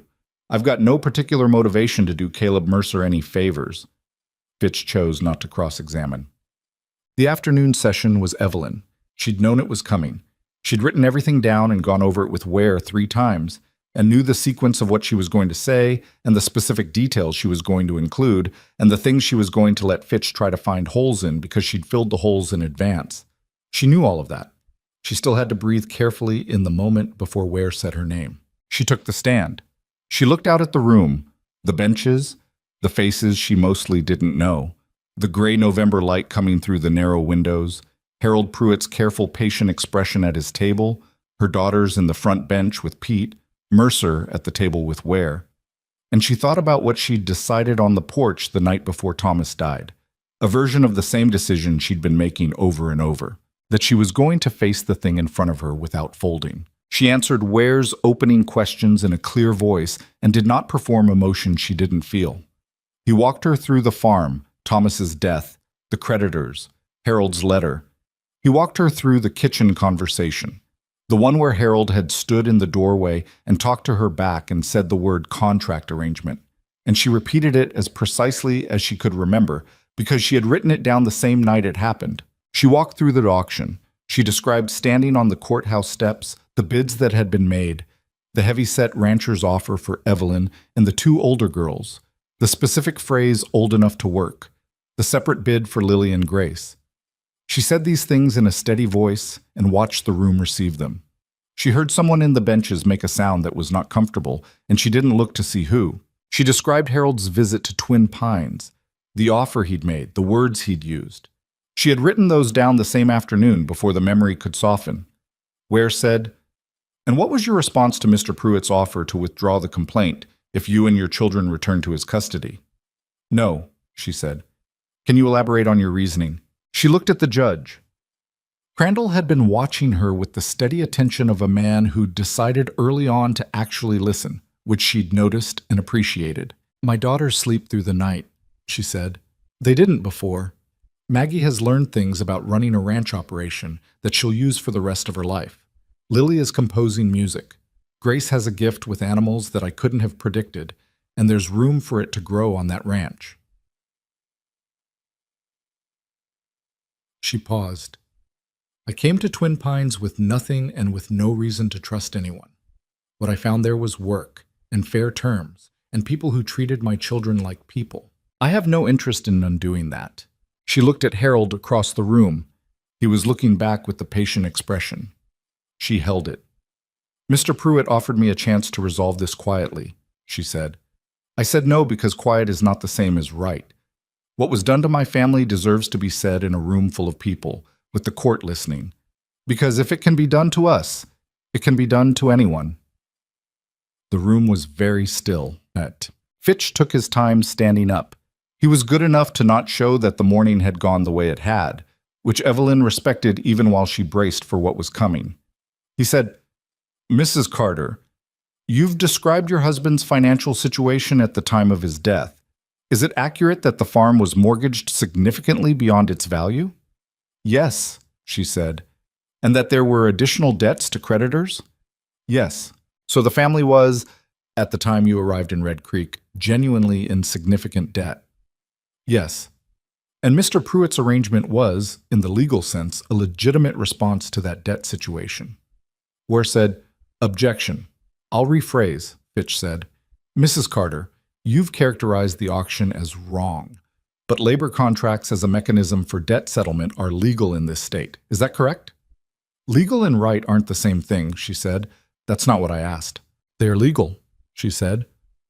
"Yes. So your characterization of what happened as wrong is a moral argument, not a legal one." She looked at him. "I'd say that moral arguments are exactly what courts are for, when the law permits things that a room full of people knows are wrong." She paused. But since you're asking about legal, the complaint Mr. Pruitt filed says the contract transfer to Mr. Mercer was coercive. That's a legal claim, not a moral one. I'd like to talk about that. Fitch had not quite expected her to redirect. Where, she could see in her peripheral vision, had gone very still in the way that meant he was paying close attention. Fitch said, "Go ahead." Mr. Pruitt's complaint says Mr. Mercer used his local influence to pressure a financially vulnerable man, she said. But the vulnerable person in that square was me. I had no legal standing, I had no representation.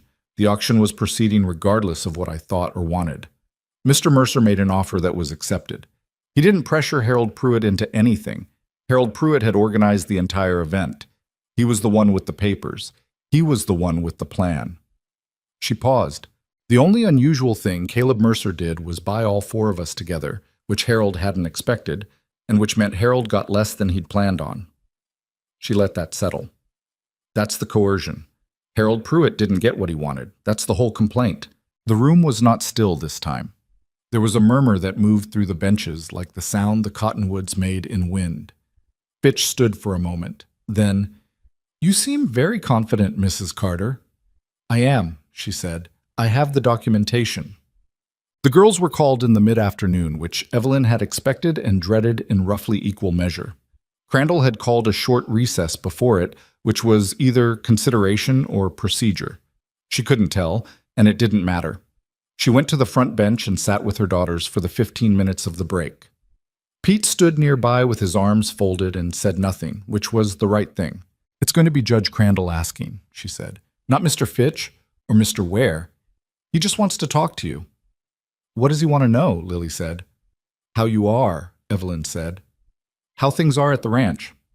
Lily said, "I can tell him about the piano." "If he asks about it, yes." Grace said, "Can I tell him about Scout?" "Grace, he asked about how things are," Grace said, with a logic that was unimpeachable if somewhat beside the point. Across the room, Evelyn could see Harold speaking quietly to Fitch, and something in Harold's posture was different than it had been in the morning, less settled. He'd expected the morning to go better than it had. She could read it in the way he held his shoulders. Good, she thought. Let him be unsettled. Crandall called Maggie first. Maggie walked to the stand with a steadiness that made Evelyn's chest do something uncomfortable. She sat down, folded her hands, and looked at the judge with the focused attention she gave things she was trying to figure out. Crandall said, in a tone that was noticeably less formal than it had been all morning, "You're Maggie Carter." "Yes, sir," Maggie said. 9 years old. "Yes, sir." "And you've been living at Twin Pines Ranch since August." "Since the end of August," Maggie said. "It'll be 3 months next week." Crandall looked at her for a moment. "What do you do there?" Maggie considered this with the seriousness she gave most questions. "I helped Mr. Halloran with the supply ledgers. We had some error patterns in the ordering that were costing more than they needed to, and we've been fixing them. And I help count the North herd when Mr. Halloran needs another set of eyes." She paused. "I also do the regular household things, chores and helping Mama." Crandall said, "Do you want to stay at Twin Pines?" Maggie said, "Yes." "Why?" Maggie thought about it. Not a long pause. More the pause of someone who has a real answer and wants to give it accurately. "Because we belong there now. Not because someone told us we do, because we made ourselves belong there. There's a difference." Crandall wrote something. "Is there anything at Twin Pines that frightens you or makes you feel unsafe?" Maggie said, "No." Then, "There was a fence wire that got loose in the east pasture 2 weeks ago, and that was a little dangerous until Pete fixed it. But that's just ranching." The sound that came from the benches that time was more identifiable. Several people were not entirely successful at suppressing it. Crandall's expression didn't change, but something around his eyes did. "Thank you, Miss Carter," he said. Lily was next. She was more nervous than Maggie. Her hands were in her lap, and she wasn't meeting Crandall's eyes right away, and Evelyn sat in her bench and breathed steadily on her behalf. Crandall asked her similar questions, and Lily answered them carefully. When he asked what she'd been doing at the ranch, she said, "I play piano. There's one in the front room." Then, as if she'd been deciding whether to say the next part, "I've been writing music. I've never had time to do that before." "You wrote your own music?" Crandall said. 3 pieces, Lily said. Then she looked up at him directly for the first time. I can play one, if it would help. Crandall looked at her, looked at the room, looked back. There's no piano in this courthouse, he said. Lily said, I know. I just thought I'd offer. There was a longer pause from the benches this time.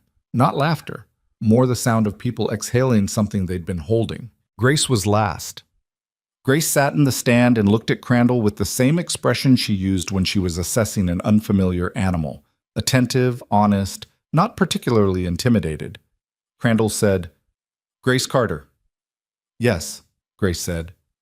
7 years old. Yes. What do you do at the ranch? Grace said, I take care of the animals, mostly the horses. Ember was scared when we got there, and she's better now. Scout is my friend. I help Mrs. Vance feed the chickens, and I've been learning which plants in the kitchen garden the horses can eat, and which ones are bad for them. Crandall said, Who taught you about the plants? I figured it out, Grace said. Mr. Mercer told me which books to look at. Crandall wrote something. Then, Do you feel safe at Twin Pines? Grace looked at him. It was the look she'd given Scout through the first week of careful distance, the look of a creature deciding something important. Safer than I've ever felt anywhere, she said.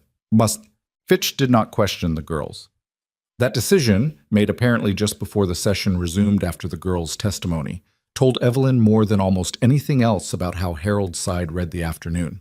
Harold Pruitt took the stand in the late afternoon with the reasonable voice and the measured expression and presented his version of events, which was organized and careful, and in which he was a man who had taken in a desperate relative out of duty, had attempted to find a practical solution to a difficult debt situation, and was now legitimately concerned about the welfare of 3 minor children placed with an unmarried man under a contract arrangement that deserved proper scrutiny. He was good. Evelyn gave him that. He'd told this story to himself enough times that it had the quality of something he believed.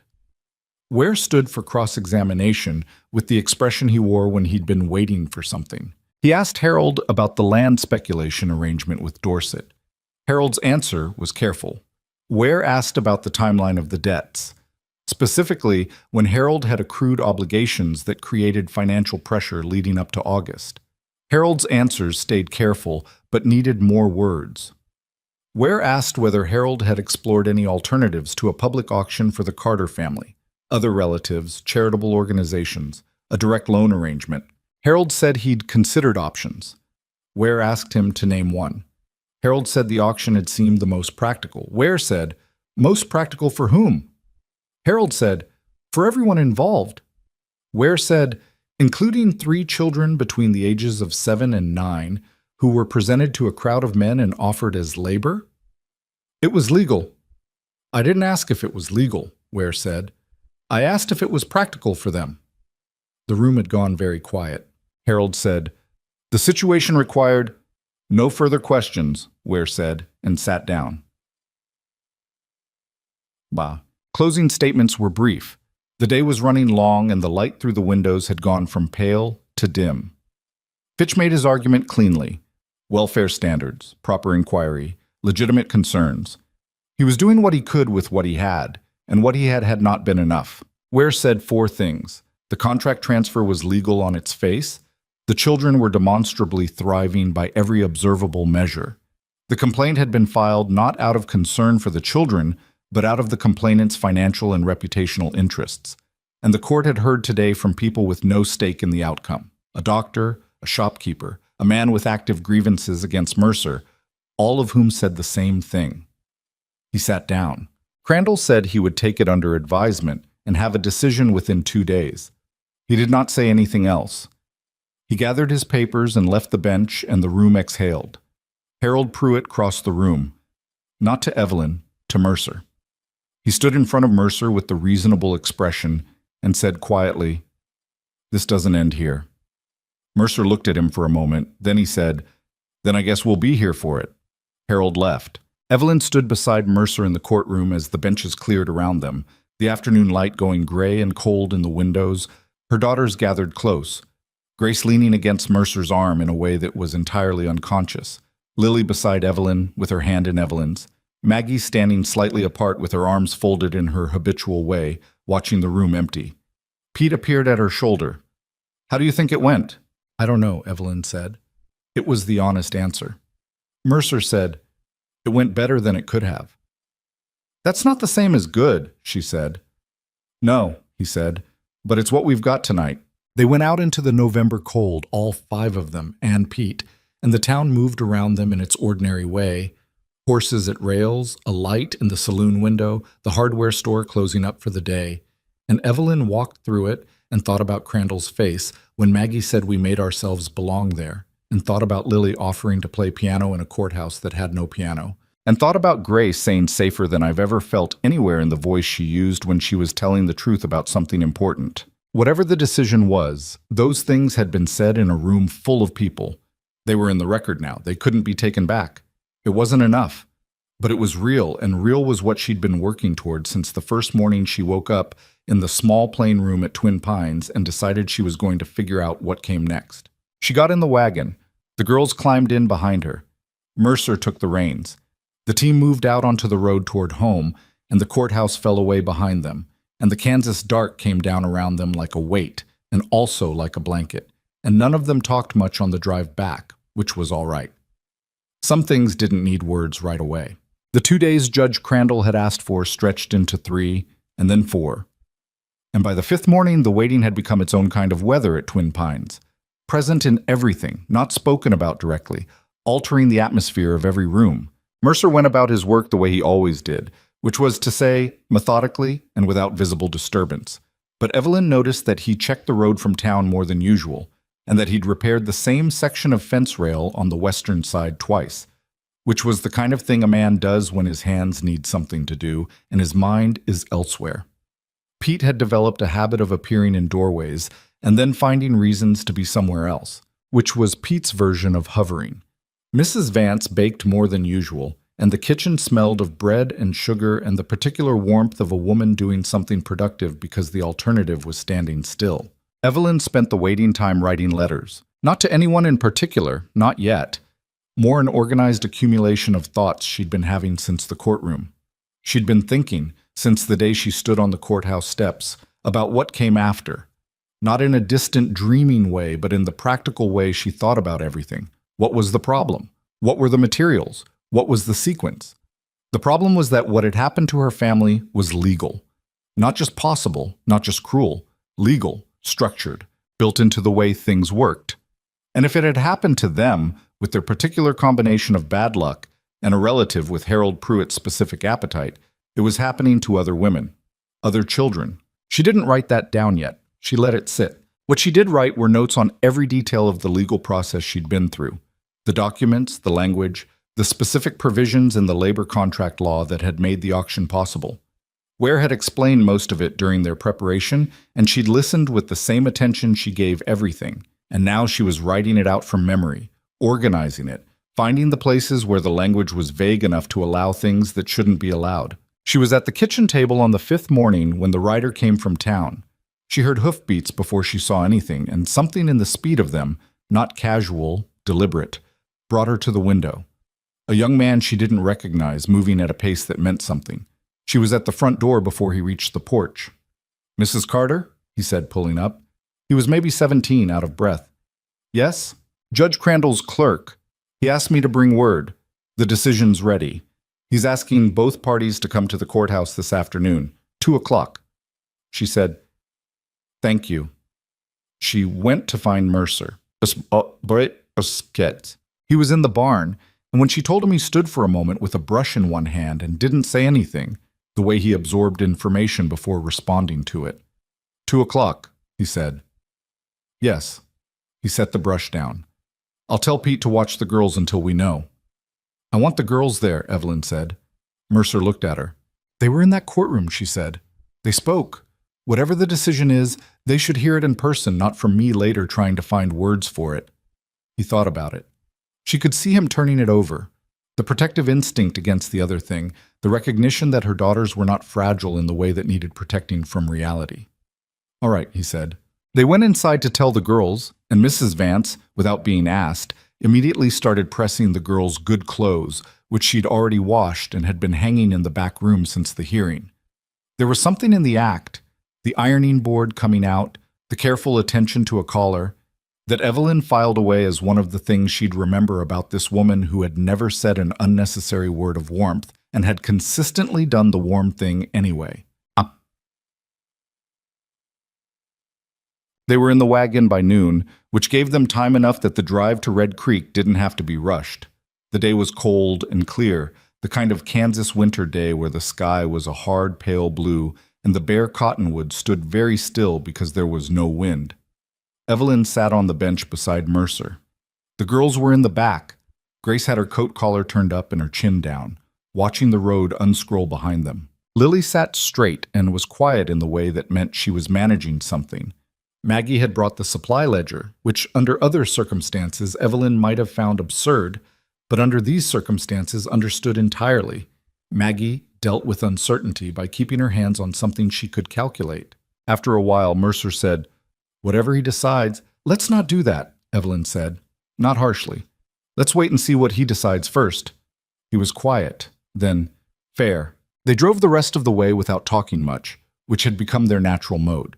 Not silence that needed filling, but silence that was doing its own work.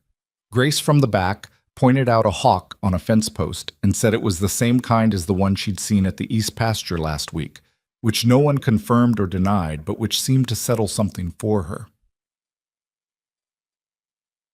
Eat. The courthouse was less crowded than the hearing day, but not empty. Word had moved through Red Creek the way word moved through small towns, quickly, selectively, and attached to everyone's existing opinions about the matter.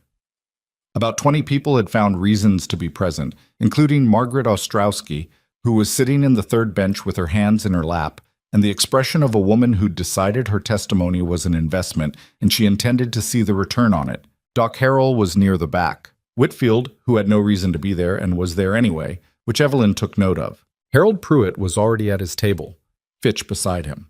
Harold's expression was the patient one, as always, but Evelyn could see, she'd been reading him for months now, that the patience was thinner than it had been at the start of the hearing. 5 days of waiting had cost him something. Ware was at the other table, and he stood when they came in and shook Mercer's hand and nodded at Evelyn with an expression that communicated nothing specific, which she supposed was appropriate. She would have liked a hint and knew she wasn't going to get one. The girls sat in the front bench. Pete materialized from somewhere in the back of the room. He'd driven in separately, apparently, without telling anyone he planned to come, which was the Pete Halloran way of doing things that mattered to him. Judge Crandall entered at exactly 2 o'clock. Saturday. Arranged his papers with the deliberateness of a man who was not going to be hurried. "I've reviewed the testimony, the documentation submitted by both parties, and the relevant statutes," he said without preamble. He looked at the room over his spectacles, an even sweeping look that didn't stop on any particular face. "This has not been a simple matter to assess, and I want to be clear about what I've been assessing." He set down his papers and took his spectacles off. The room was very quiet. "The inquiry concerns 2 distinct questions," he said. "First, whether the transfer of the Carter family labor contract to Caleb Mercer was conducted lawfully. Second, whether the welfare of the minor children, Margaret, Lillian, and Grace Carter, is adequately served by their current placement at Twin Pines Ranch." He paused. Not for effect, Evelyn thought. More because he was a man who said things in order and moved to the next thing when the previous one was finished. On the first question, the lawfulness of the transfer, "I find no evidence that Caleb Mercer exerted improper influence or coercion upon Harold Pruitt in the course of the August auction. The auction was organized and conducted by Mr. Pruitt himself. Mr. Mercer made an offer within the established process. Mr. Pruitt accepted it.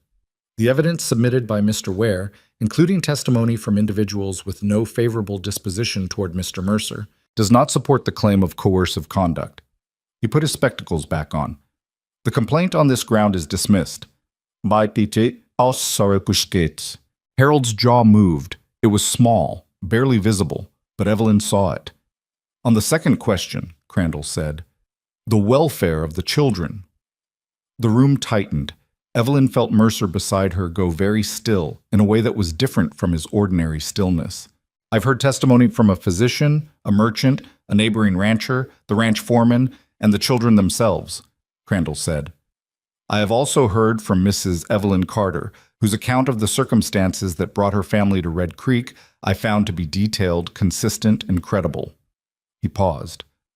I have also reviewed the documentation she submitted, which is among the most thorough records I have seen presented in a civil inquiry of this nature. Across the room, Evelyn heard something, a small exhale, coming from Harold's direction. Not loud, just the sound of a man understanding which way this was going before it finished going there. The minor children, by every observable measure, are thriving, Crandall said. They are fed, housed, educated in practical skills, and engaged in work appropriate to their ages. More importantly, and I want to be precise here, they are not afraid. Children who are being exploited or mistreated develop certain recognizable behaviors. What I observed from these 3 girls was not that. He looked down at his papers. Grace Carter, age 7, described Twin Pines Ranch as the safest place she has ever felt. I have no basis on which to doubt her. Lily reached across the bench and found Evelyn's hand without looking. The current placement is ruled appropriate, Crandall said. The minor children will remain at Twin Pines Ranch under the contract arrangement with Caleb Mercer. The inquiry is closed. He set down his papers. He looked at the room one more time, and then he did something Evelyn had not anticipated. He looked directly at Harold Pruitt, and he said one more thing. Mr. Pruitt, the legal mechanisms that made this arrangement possible are not ones I have authority to strike from the books. That is not my role here. But I will say, clearly and for the record, that the use of those mechanisms, as this case has demonstrated, creates conditions in which vulnerable families can be treated as assets rather than people. That is not a finding I can act on in this courtroom. It is, however, a finding that should not leave this room quietly. He held Harold's look for a moment. Court is adjourned. The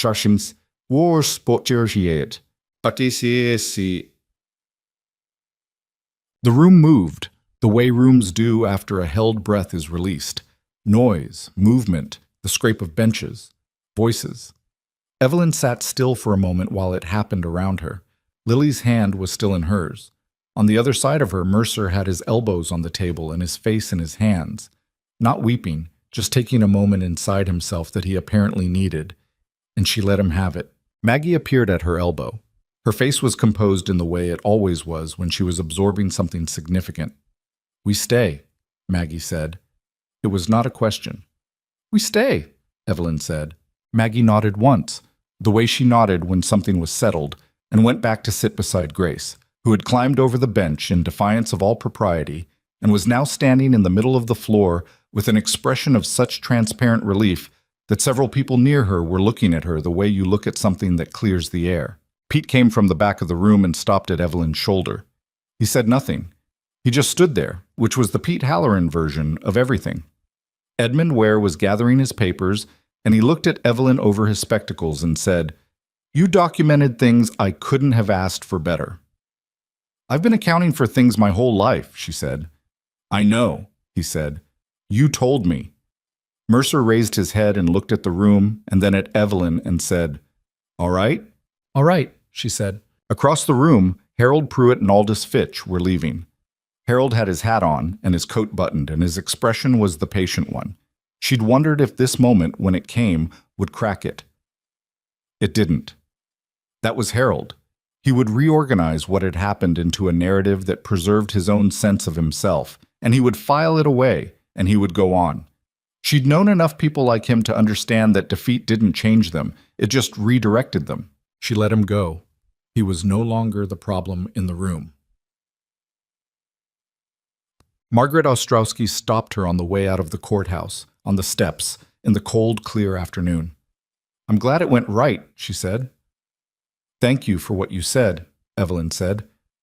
"About children getting small."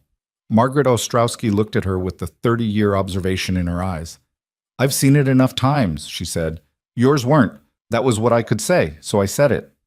"It mattered," Evelyn said. Margaret Ostrowski nodded once and went down the steps, and that was the entirety of it. No warmth performed, just one honest person telling another that she'd seen something true and said so. Evelyn watched her go and thought, That's what courage actually looks like in practice. Not grand, just accurate at the right moment. Out. On the drive back, something had shifted in the wagon. Not dramatically. There was no transformation scene, no moment where everything reorganized itself into something easy. It was more like a pressure that had been present for months had equalized, and the air was different for its absence. Grace fell asleep against Lily's shoulder before they were out of town, which was both completely Grace and also the most eloquent possible statement about the release of the past weeks.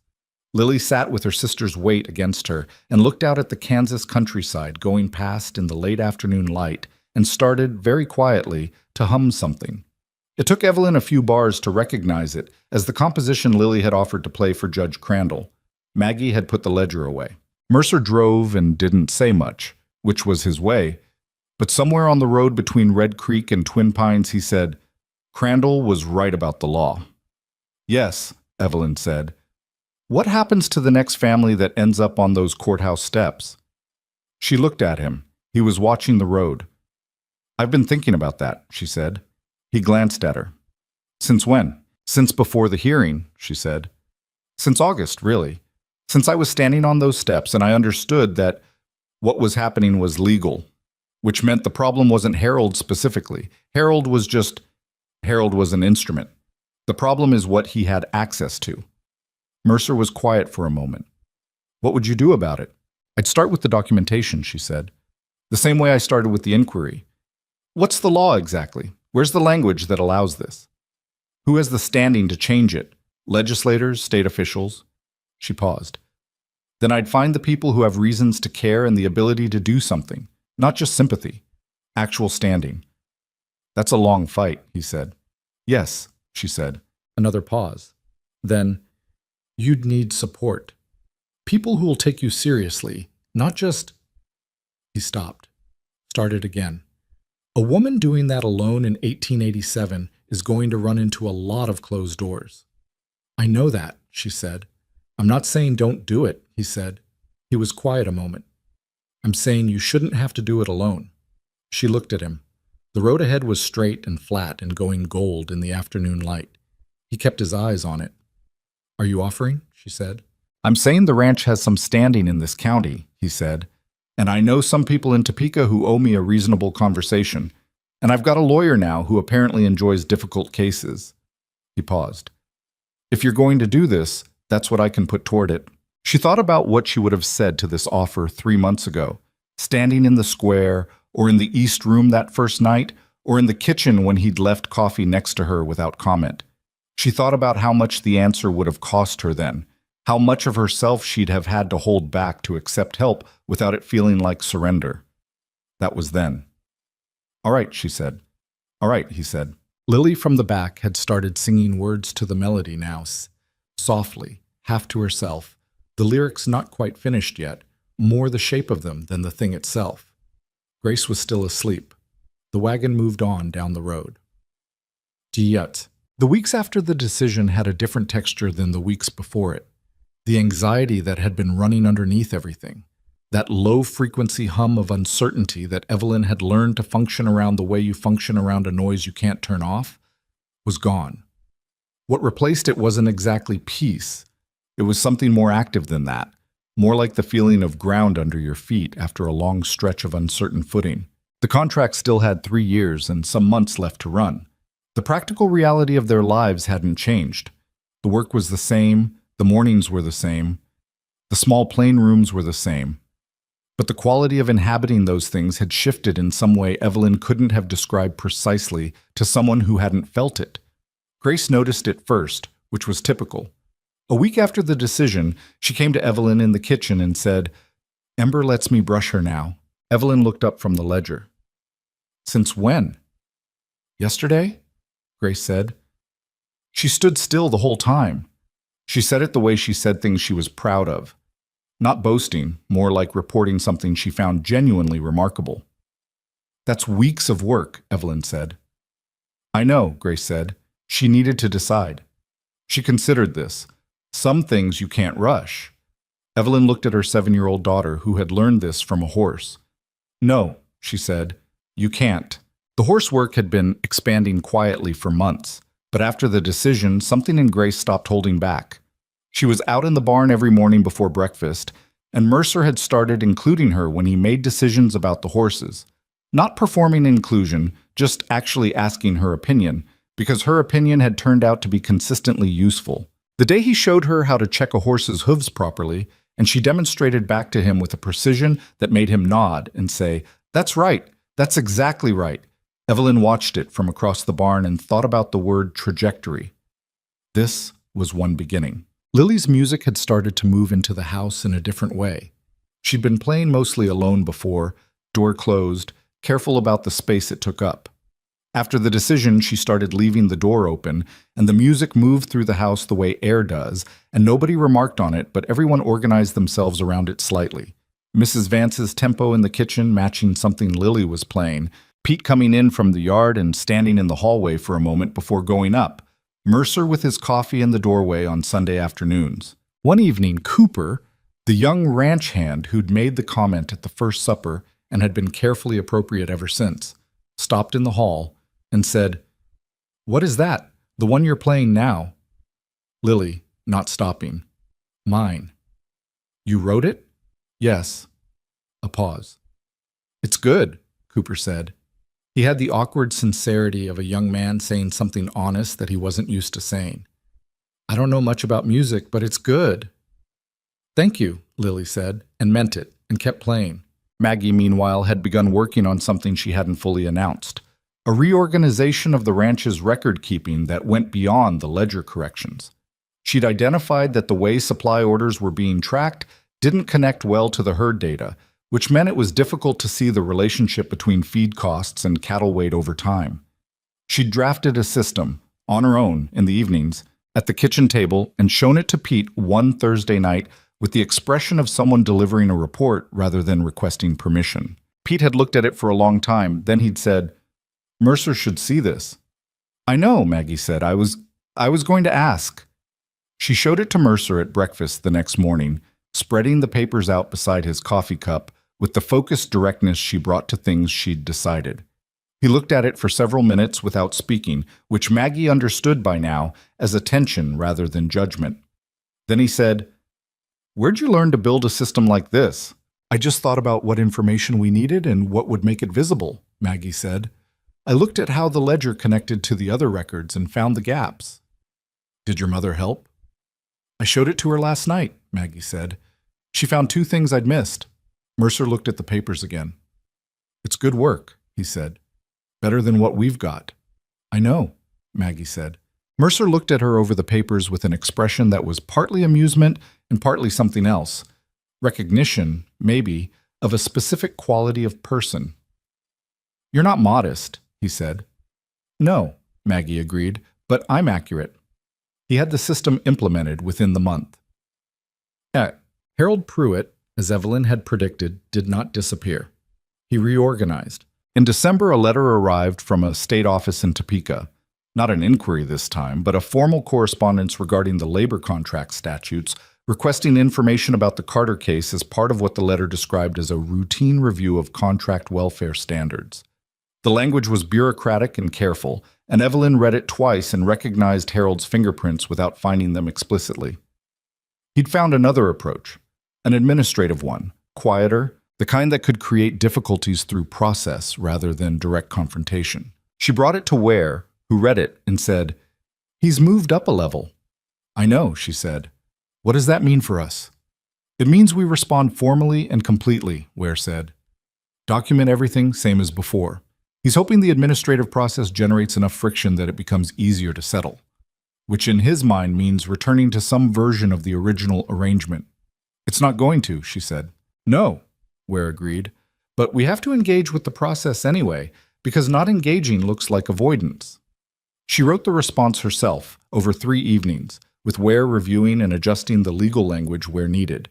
It was 20 pages, detailed, organized, supported by documentation, and written in the kind of clear, direct language that left no available ambiguity for someone looking for purchase. When it was done, Ware said, "You've written more useful legal documentation in 4 months than most people produce in a decade of litigation." "It's not that different from running a household," she said. It actually is, he said. But your instincts for what matters and how to present it, those are not common. She filed the response and kept working on the other thing. The notes she'd been making, the accumulation of thoughts about the law and how to change it. She'd found, through Ware, the name of a state legislator in Topeka named Alderman Crane, who had spoken publicly once about child welfare standards. Crane had said something tepid and general that hadn't amounted to anything, but he'd said it, which meant the door was theoretically not locked. She was writing to him when Mercer found her at the kitchen table one evening in January, with papers spread to the edges and a cold cup of coffee she'd forgotten. He picked up the coffee cup, looked at it, set it back. "Who are you writing to?" "A legislator in Topeka," she said. "Name of Crane." "About the law." "About the law." He pulled out the chair across from her and sat down. He looked at the papers on the table, not reading them, just taking in the scope of them. "This is going to take a long time," he said. "Yes," she said. "And it's going to be harder than the inquiry," he said. "The inquiry was one judge in one county. This is the state apparatus." "I know," she said. "And Harold's already moving in that direction, which means you're going to run into him again." "I expect so." He was quiet for a moment. Then, "I wrote to the Topeka people I mentioned, the ones who owe me a conversation. I've got two who are willing to meet. One's a county commissioner, one sits on an agricultural committee that has some crossover with welfare legislation." She looked up from the paper. "When?" she said. "March," he said. "I thought you'd want to come." She looked at him across the kitchen table, in the January lamplight, with the ranch quiet around them and her daughters asleep upstairs, and the papers spread between them like a map of something that didn't exist yet but was being built. "Yes," she said. "I want to come." He nodded, got up, made fresh coffee, not just for himself, both cups, and set one next to her papers. Then he went back to reading something of his own at the far end of the table, and she went back to her letter, and the lamp held steady between them in the winter dark. February brought the first real snow of the season, which came overnight and covered the ranch in the specific quiet that snow makes, a muffled, softened version of all the ordinary sounds. Evelyn woke to it and lay still for a moment, listening to the changed texture of the world, and then heard Grace's voice from the next room saying, with complete delight, "It snowed!" She could hear the scramble of Grace finding her boots. "Coat," Evelyn called, "before you go anywhere." "I know," Grace called back. She did not know, actually. She'd gotten halfway to the stairs bootless before she came back.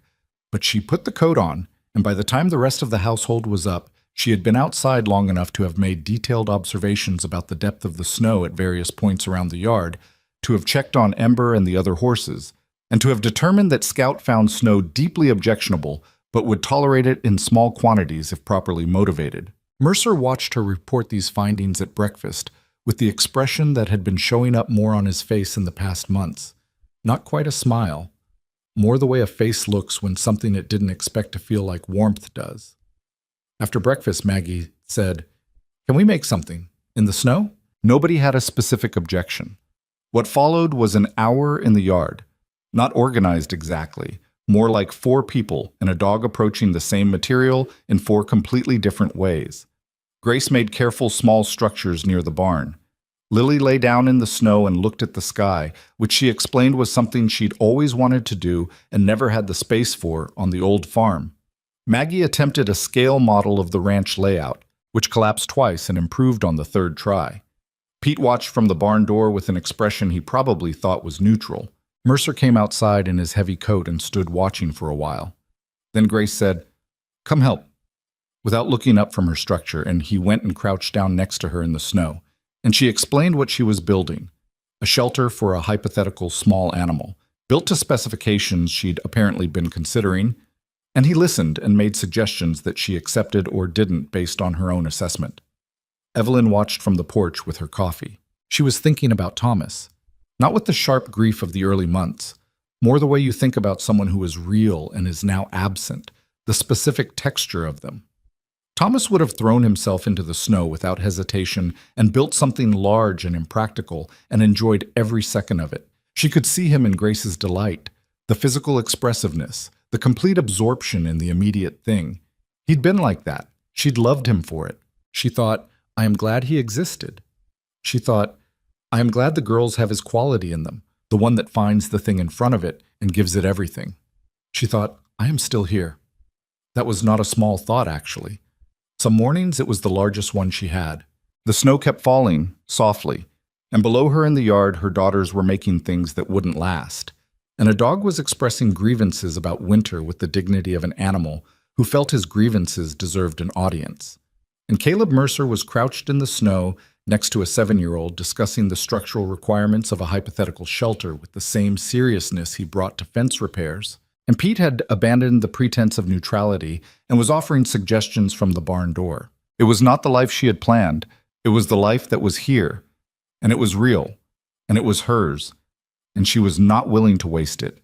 She went inside and picked up her pen. She had a letter to finish. The letter to Alderman Crane took 4 drafts before Evelyn was satisfied with it, which was 1 more than she'd needed for the inquiry response and 3 fewer than she'd feared. The final version was 6 pages, not long, not short, calibrated to say exactly what needed saying without giving a man she'd never met a reason to set it aside. She laid out the Carter case in plain language, not as a personal appeal but as an illustration of a structural problem in the law. She named the specific provisions that had permitted the auction. She asked directly whether the legislator believed those provisions served the stated purpose of the law, which was the welfare of families and children. She sent it in February. Crane's response came in late March, a single page formally worded that said he had found the letter thoughtful and was willing to arrange a meeting in Topeka at his earliest convenience. He suggested April. She read it twice and then went to find Mercer, who was in the barn, and handed it to him without comment. He read it, handed it back. April, he said. April, she said. He nodded the way he nodded when something was going to happen, and he was already making room for it. I'll write to the commissioner and the agriculture man. See if we can't get more than 1 meeting out of the trip. I'll prepare documentation, she said. I know you will, he said, and there was something in it, not condescension, the opposite, a straightforward acknowledgement of something that was simply true. She went back inside and started on the documentation. Potomki. The Topeka trip happened in the 3rd week of April, which was late enough that the Kansas spring had made a genuine effort. The land coming back green after the winter, the creek running high, the cottonwoods beginning their annual optimism.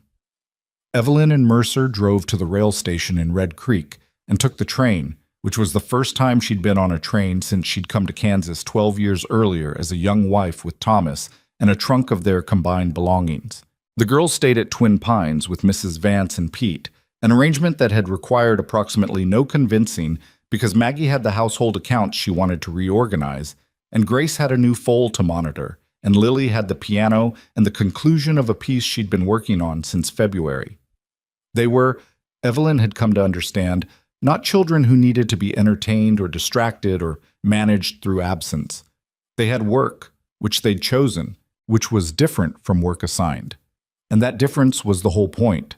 On the train, Mercer spread his own notes on the seat between them. He'd done more preparation than she'd known.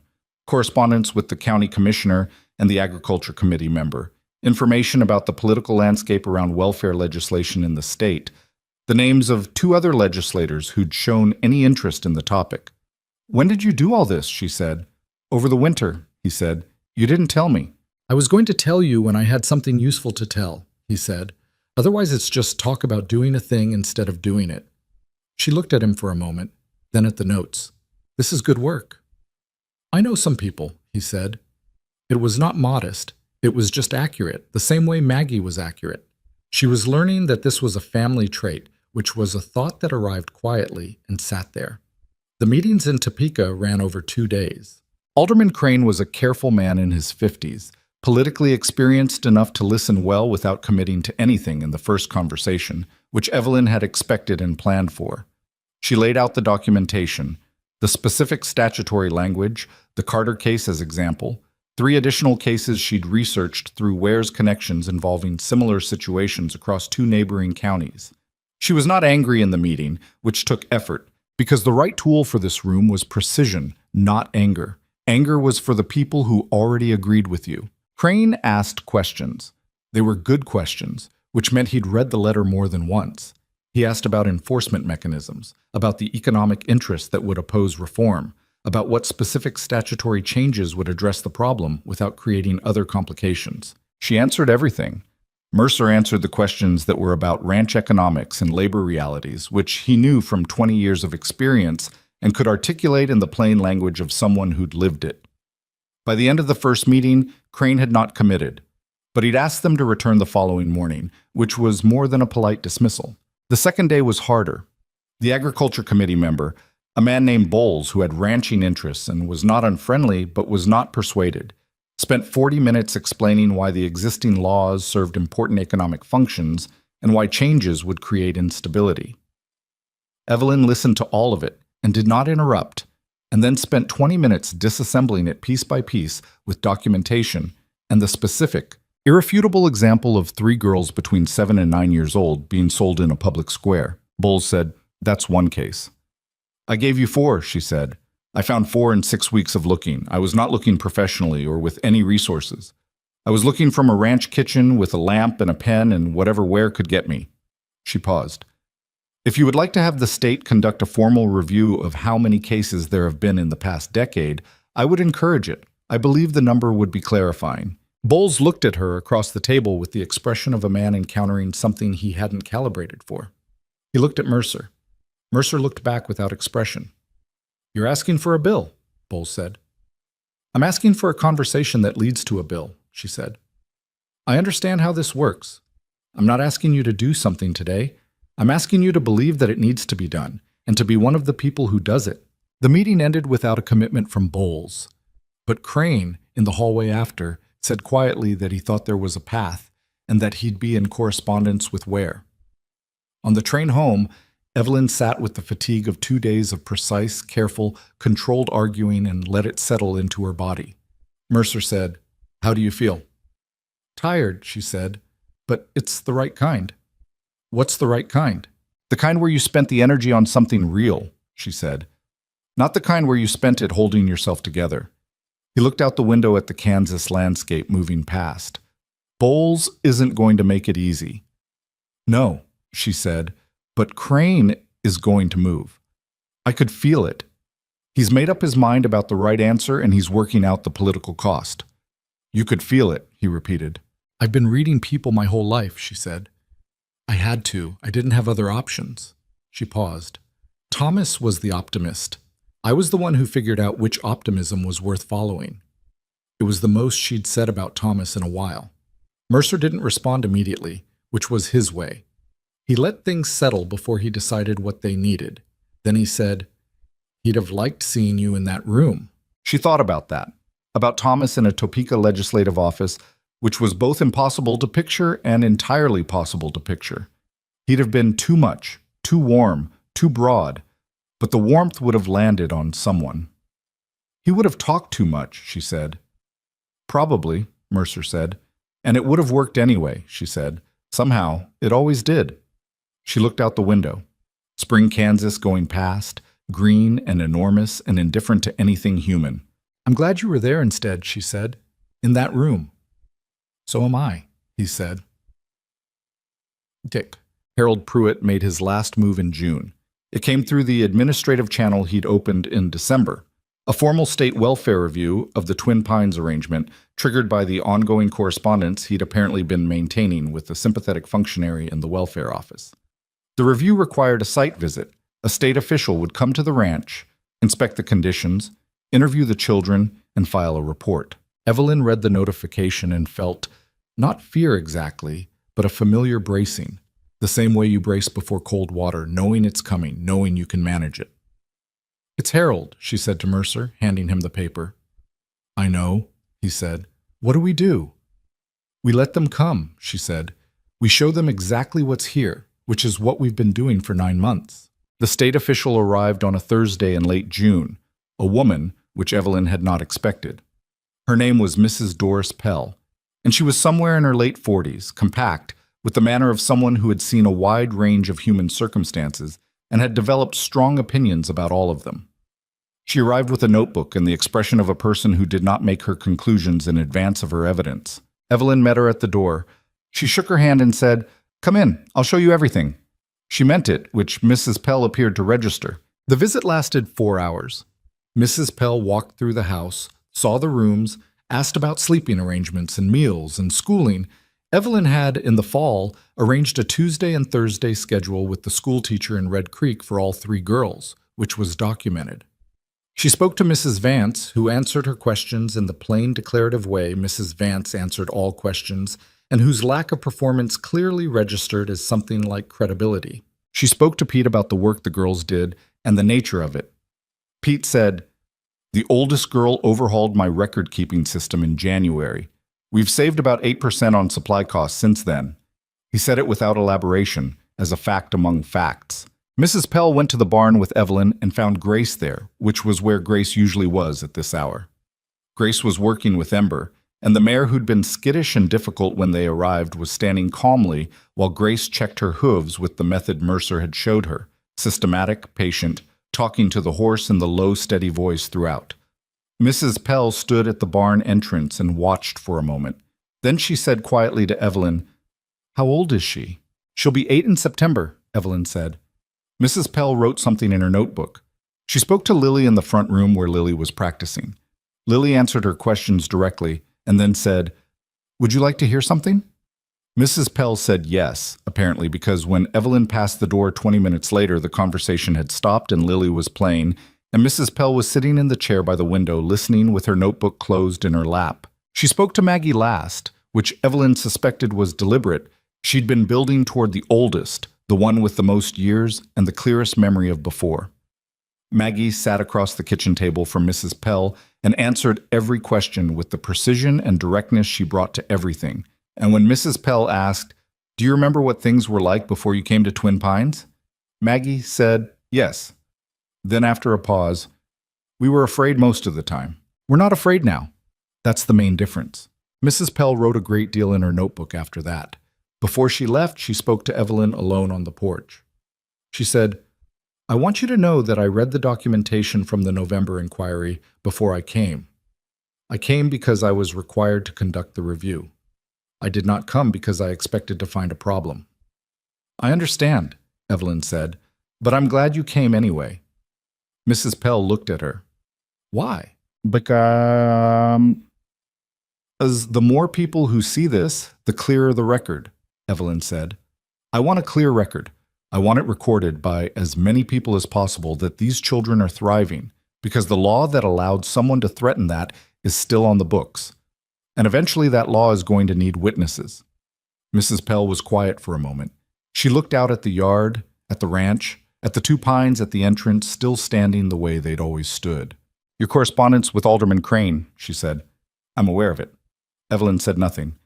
"The welfare office has an interest in those proceedings," Mrs. Pell said carefully. "Officially, we are a neutral body. Unofficially," she stopped. "I'll say only that not everyone in the state office is aligned with the position taken in the December correspondence." She picked up her bag and went to her horse. She looked back once, from the road, and nodded. Then she went. Evelyn stood on the porch for a while after. Harold's last move had turned in her hands. She wasn't sure he understood yet how thoroughly. Crane introduced a bill in September. It was not everything Evelyn had wanted, legislation rarely was, but it was more than she'd expected from a first attempt. It proposed formal welfare standards for labor contract arrangements involving minor children, required independent review of any contract transfer, and, the provision she'd fought hardest for in the correspondence, prohibited the use of labor contracts as a mechanism for debt settlement, where the contracted parties included children under the age of 14. The bill did not pass immediately. The Kansas State Legislature in 1887 moved with the particular speed of institutions that contain people with competing financial interests and limited urgency. Bowles opposed it.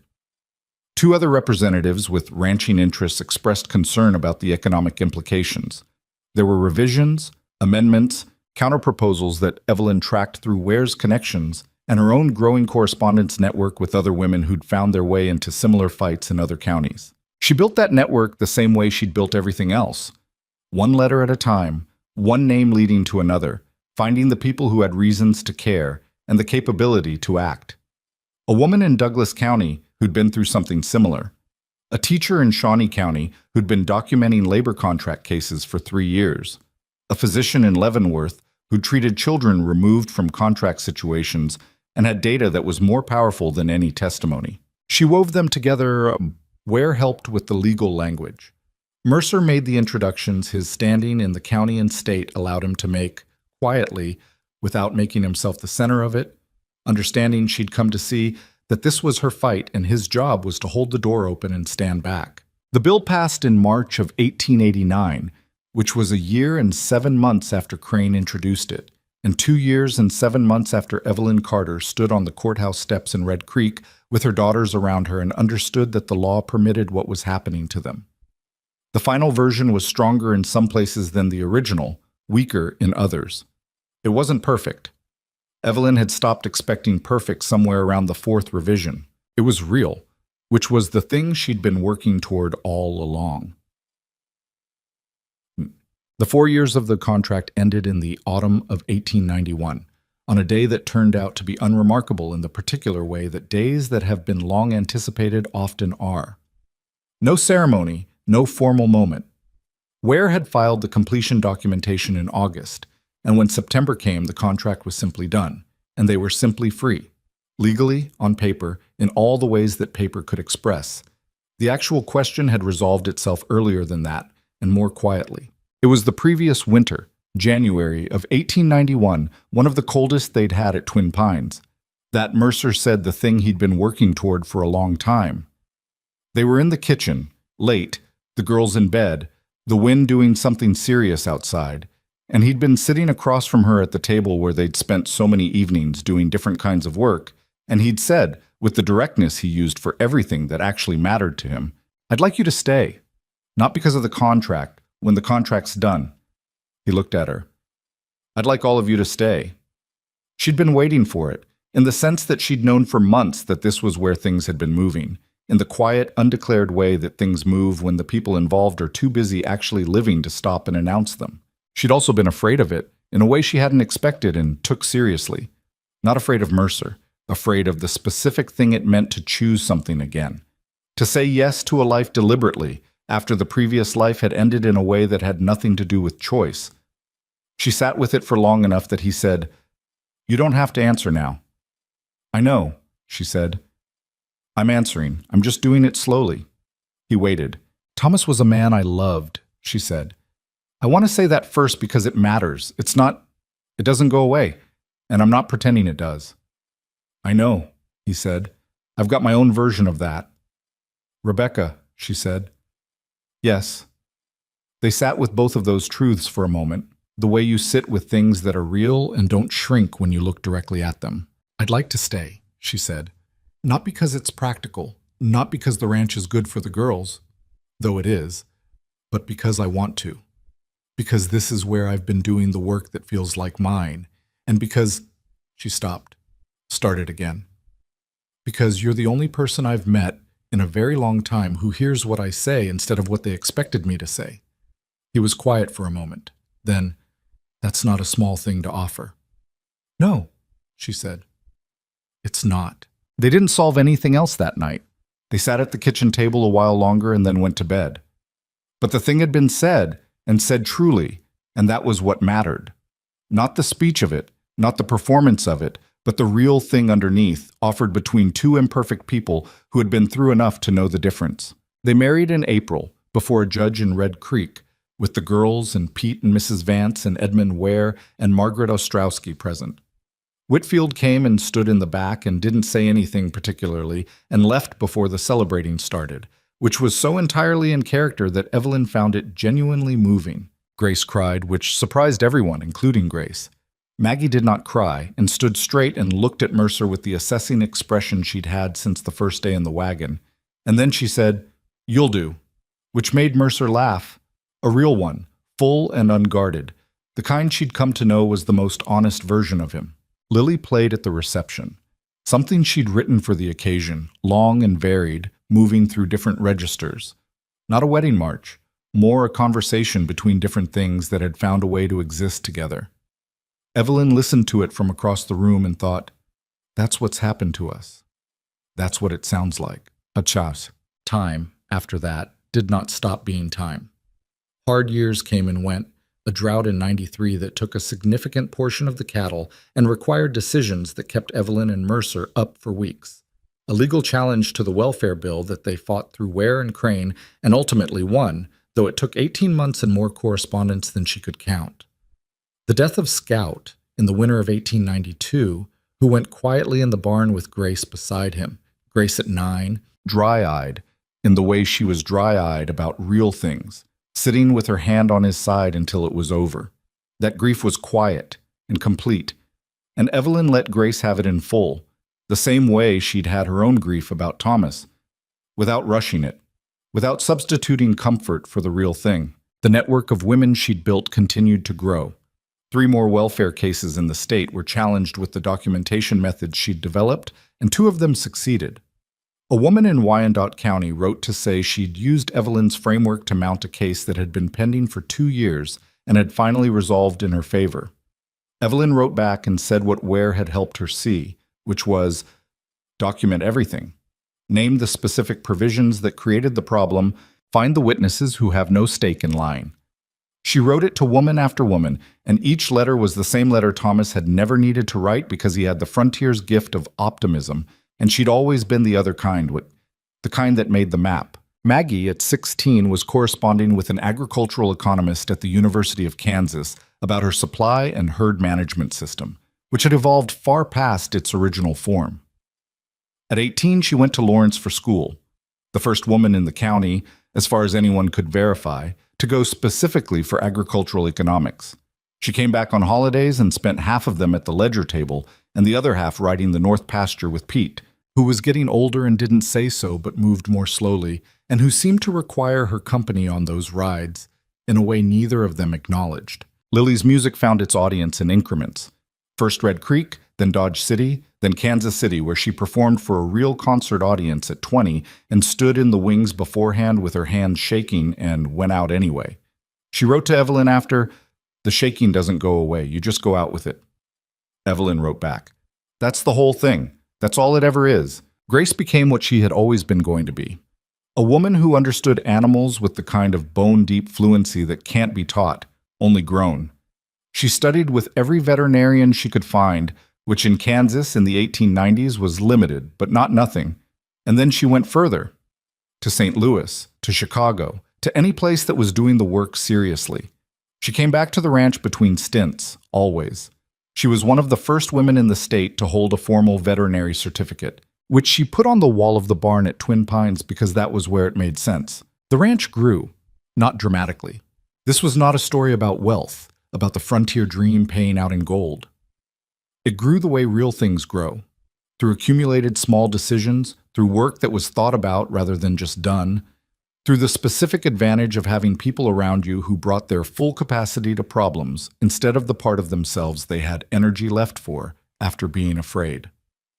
In 1901, 13 years after the day Evelyn Carter stood on courthouse steps in Red Creek, the Kansas legislature passed an expanded version of the 1889 bill. Stronger language, broader protections, a formal state welfare office with actual authority and a budget. Crane had retired by then, but he'd trained successors, and the correspondence network Evelyn had built had grown into something with real political weight. The vote wasn't close. She was 45 years old. She sat in the visitors' gallery in Topeka and watched the vote and felt, not triumph exactly. Triumph implies surprise. She'd been working toward this specific outcome for 12 years and had believed it was possible for most of that time, which meant the arrival of it felt more like completion than victory. Mercer was beside her. He'd come to every meeting in Topeka, every significant moment in the legislative process, doing the thing he'd offered to do from the beginning, holding the door, standing back, adding what he could add without making it something it wasn't. He was 58 now, and his hair had gone fully gray, and the lines on his face had deepened past the point of counting. And he was, in her considered opinion, exactly the person she'd needed beside her. Not because he solved things for her, but because he stayed in the room. When the vote was recorded, he reached across and put his hand over hers on the railing, and she let it stay there. "Done," he said. "This part," she said. He almost smiled. "There's always another part with you." "Yes," she said. "That's true." There was another part. There was always another part. The law was passed and still needed to be enforced, which was different, and enforcement required watching, and watching required people willing to document and challenge and show up in rooms where they weren't automatically welcome. That work didn't end because a bill passed. Anyone who thought it did hadn't been paying attention. But the specific fight that had started on those courthouse steps in Red Creek in August of 1887, the one where 3 little girls had stood in a crowd of men and been priced like livestock, that fight had found its resolution. The law that permitted it was gone. The mechanism Harold Pruitt had reached for, and the men before him and the men before them had reached for, because it was there and it was legal and nobody had yet made it not be those things, that mechanism was gone. It would not be gone for everyone. There were other states, other mechanisms, other forms of the same appetite. Evelyn was not under the illusion that the world had been fixed. She'd never been the kind of person who needed that illusion. She was the kind of person who figured out what was in front of her and did the work that was possible. That was what she had. That was what she'd always had. It was enough.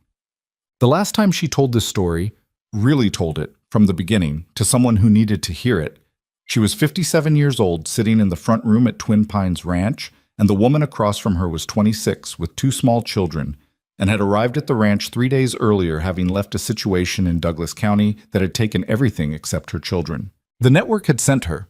By 1913, there was a real network, documented, organized, with funding from 3 sources and the names of 50 women who could be called on. The young woman's name was Clara. She had the look Evelyn recognized. Not fear exactly, but the way people look when they've been operating at the edge of their capacity for so long that they've forgotten there's another way to be. The guarded eyes, the careful sitting, the reflex to check exits. Evelyn had her daughters in for supper. Maggie was visiting from Lawrence, where she'd become the thing she was always going to become. Grace had driven in from the South Ranch, where she kept her veterinary practice. Lily was in Kansas City, but she wrote letters, and Evelyn read pieces of them aloud sometimes when there was something worth sharing. She told Clara the essential facts of the arrangement, what the ranch could offer, what the network could provide, what Clara's rights were, before supper.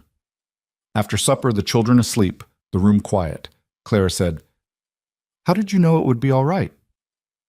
Evelyn thought about the question, about what she could honestly say. "I didn't," she said. "Not for a long time. I knew I was going to keep going regardless, which isn't the same thing." She paused. "The day we came here, I was looking for reasons not to trust it. I found them. There were 100 reasons not to trust it. But I also found a man who looked at us like we were people, and that was true whether I trusted it or not." "What if I can't?" Clara started. "You can," Evelyn said, not as reassurance, as a fact she'd earned the right to state. "I'm not saying it's easy. I'm not saying it goes smoothly. I'm saying you're already doing the hardest part, which is choosing to be here rather than where you were." Clara looked at her hands. "The thing I had to learn," Evelyn said, "was that needing help doesn't mean you've lost. I spent a long time thinking strength meant not needing anything.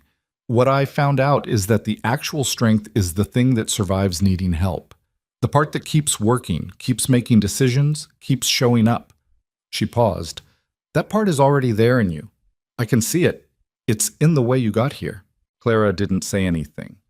But something in her sitting changed, a small shift, the way an animal relaxes when it's decided the immediate danger has passed. That shift. Evelyn had seen it in herself once, sitting on a hard bed in a small plain room at Twin Pines Ranch, listening to a ranch make its nighttime sounds around her. She recognized it now in other people the way you recognize something you felt in your own body. Later, she went to find Mercer. He was on the porch, the same chair, the night dark around him. Not with cold coffee now, just sitting in the specific way of a man who'd spent enough years doing things that he'd earned the sitting. She stood in the doorway. He heard her and looked. "She all right?" he said. "She will be," Evelyn said. "That's different from all right now, but she will be." He nodded. Made room, and she sat in the other chair, the one that had been hers by default for a long time now, worn to the shape of her presence. The Kansas night was very large and very old and completely indifferent to human concerns, which was the thing Evelyn had always loved about it. You couldn't ask it for anything. You could only work with what it gave you: the land, the weather, the seasons turning without waiting for anyone to be ready. You became, over time, a person who worked with what was given rather than grieving what wasn't. And that made you a different person than you'd started out as. And sometimes that different person was someone you were glad to be. She sat beside her husband and looked at the dark. Somewhere in the house, their guest was sleeping. Her children too. And whatever came next, the morning, the work, the next letter, the next fight, the slow, grinding progress of trying to make the world slightly more decent than you found it, would come when it came, and they would meet it the way they'd met everything else. Not perfectly, not without cost, not without loss that stayed with you in the specific gravity of real things, but together and stubbornly and with their eyes open. That was enough. That had always been enough.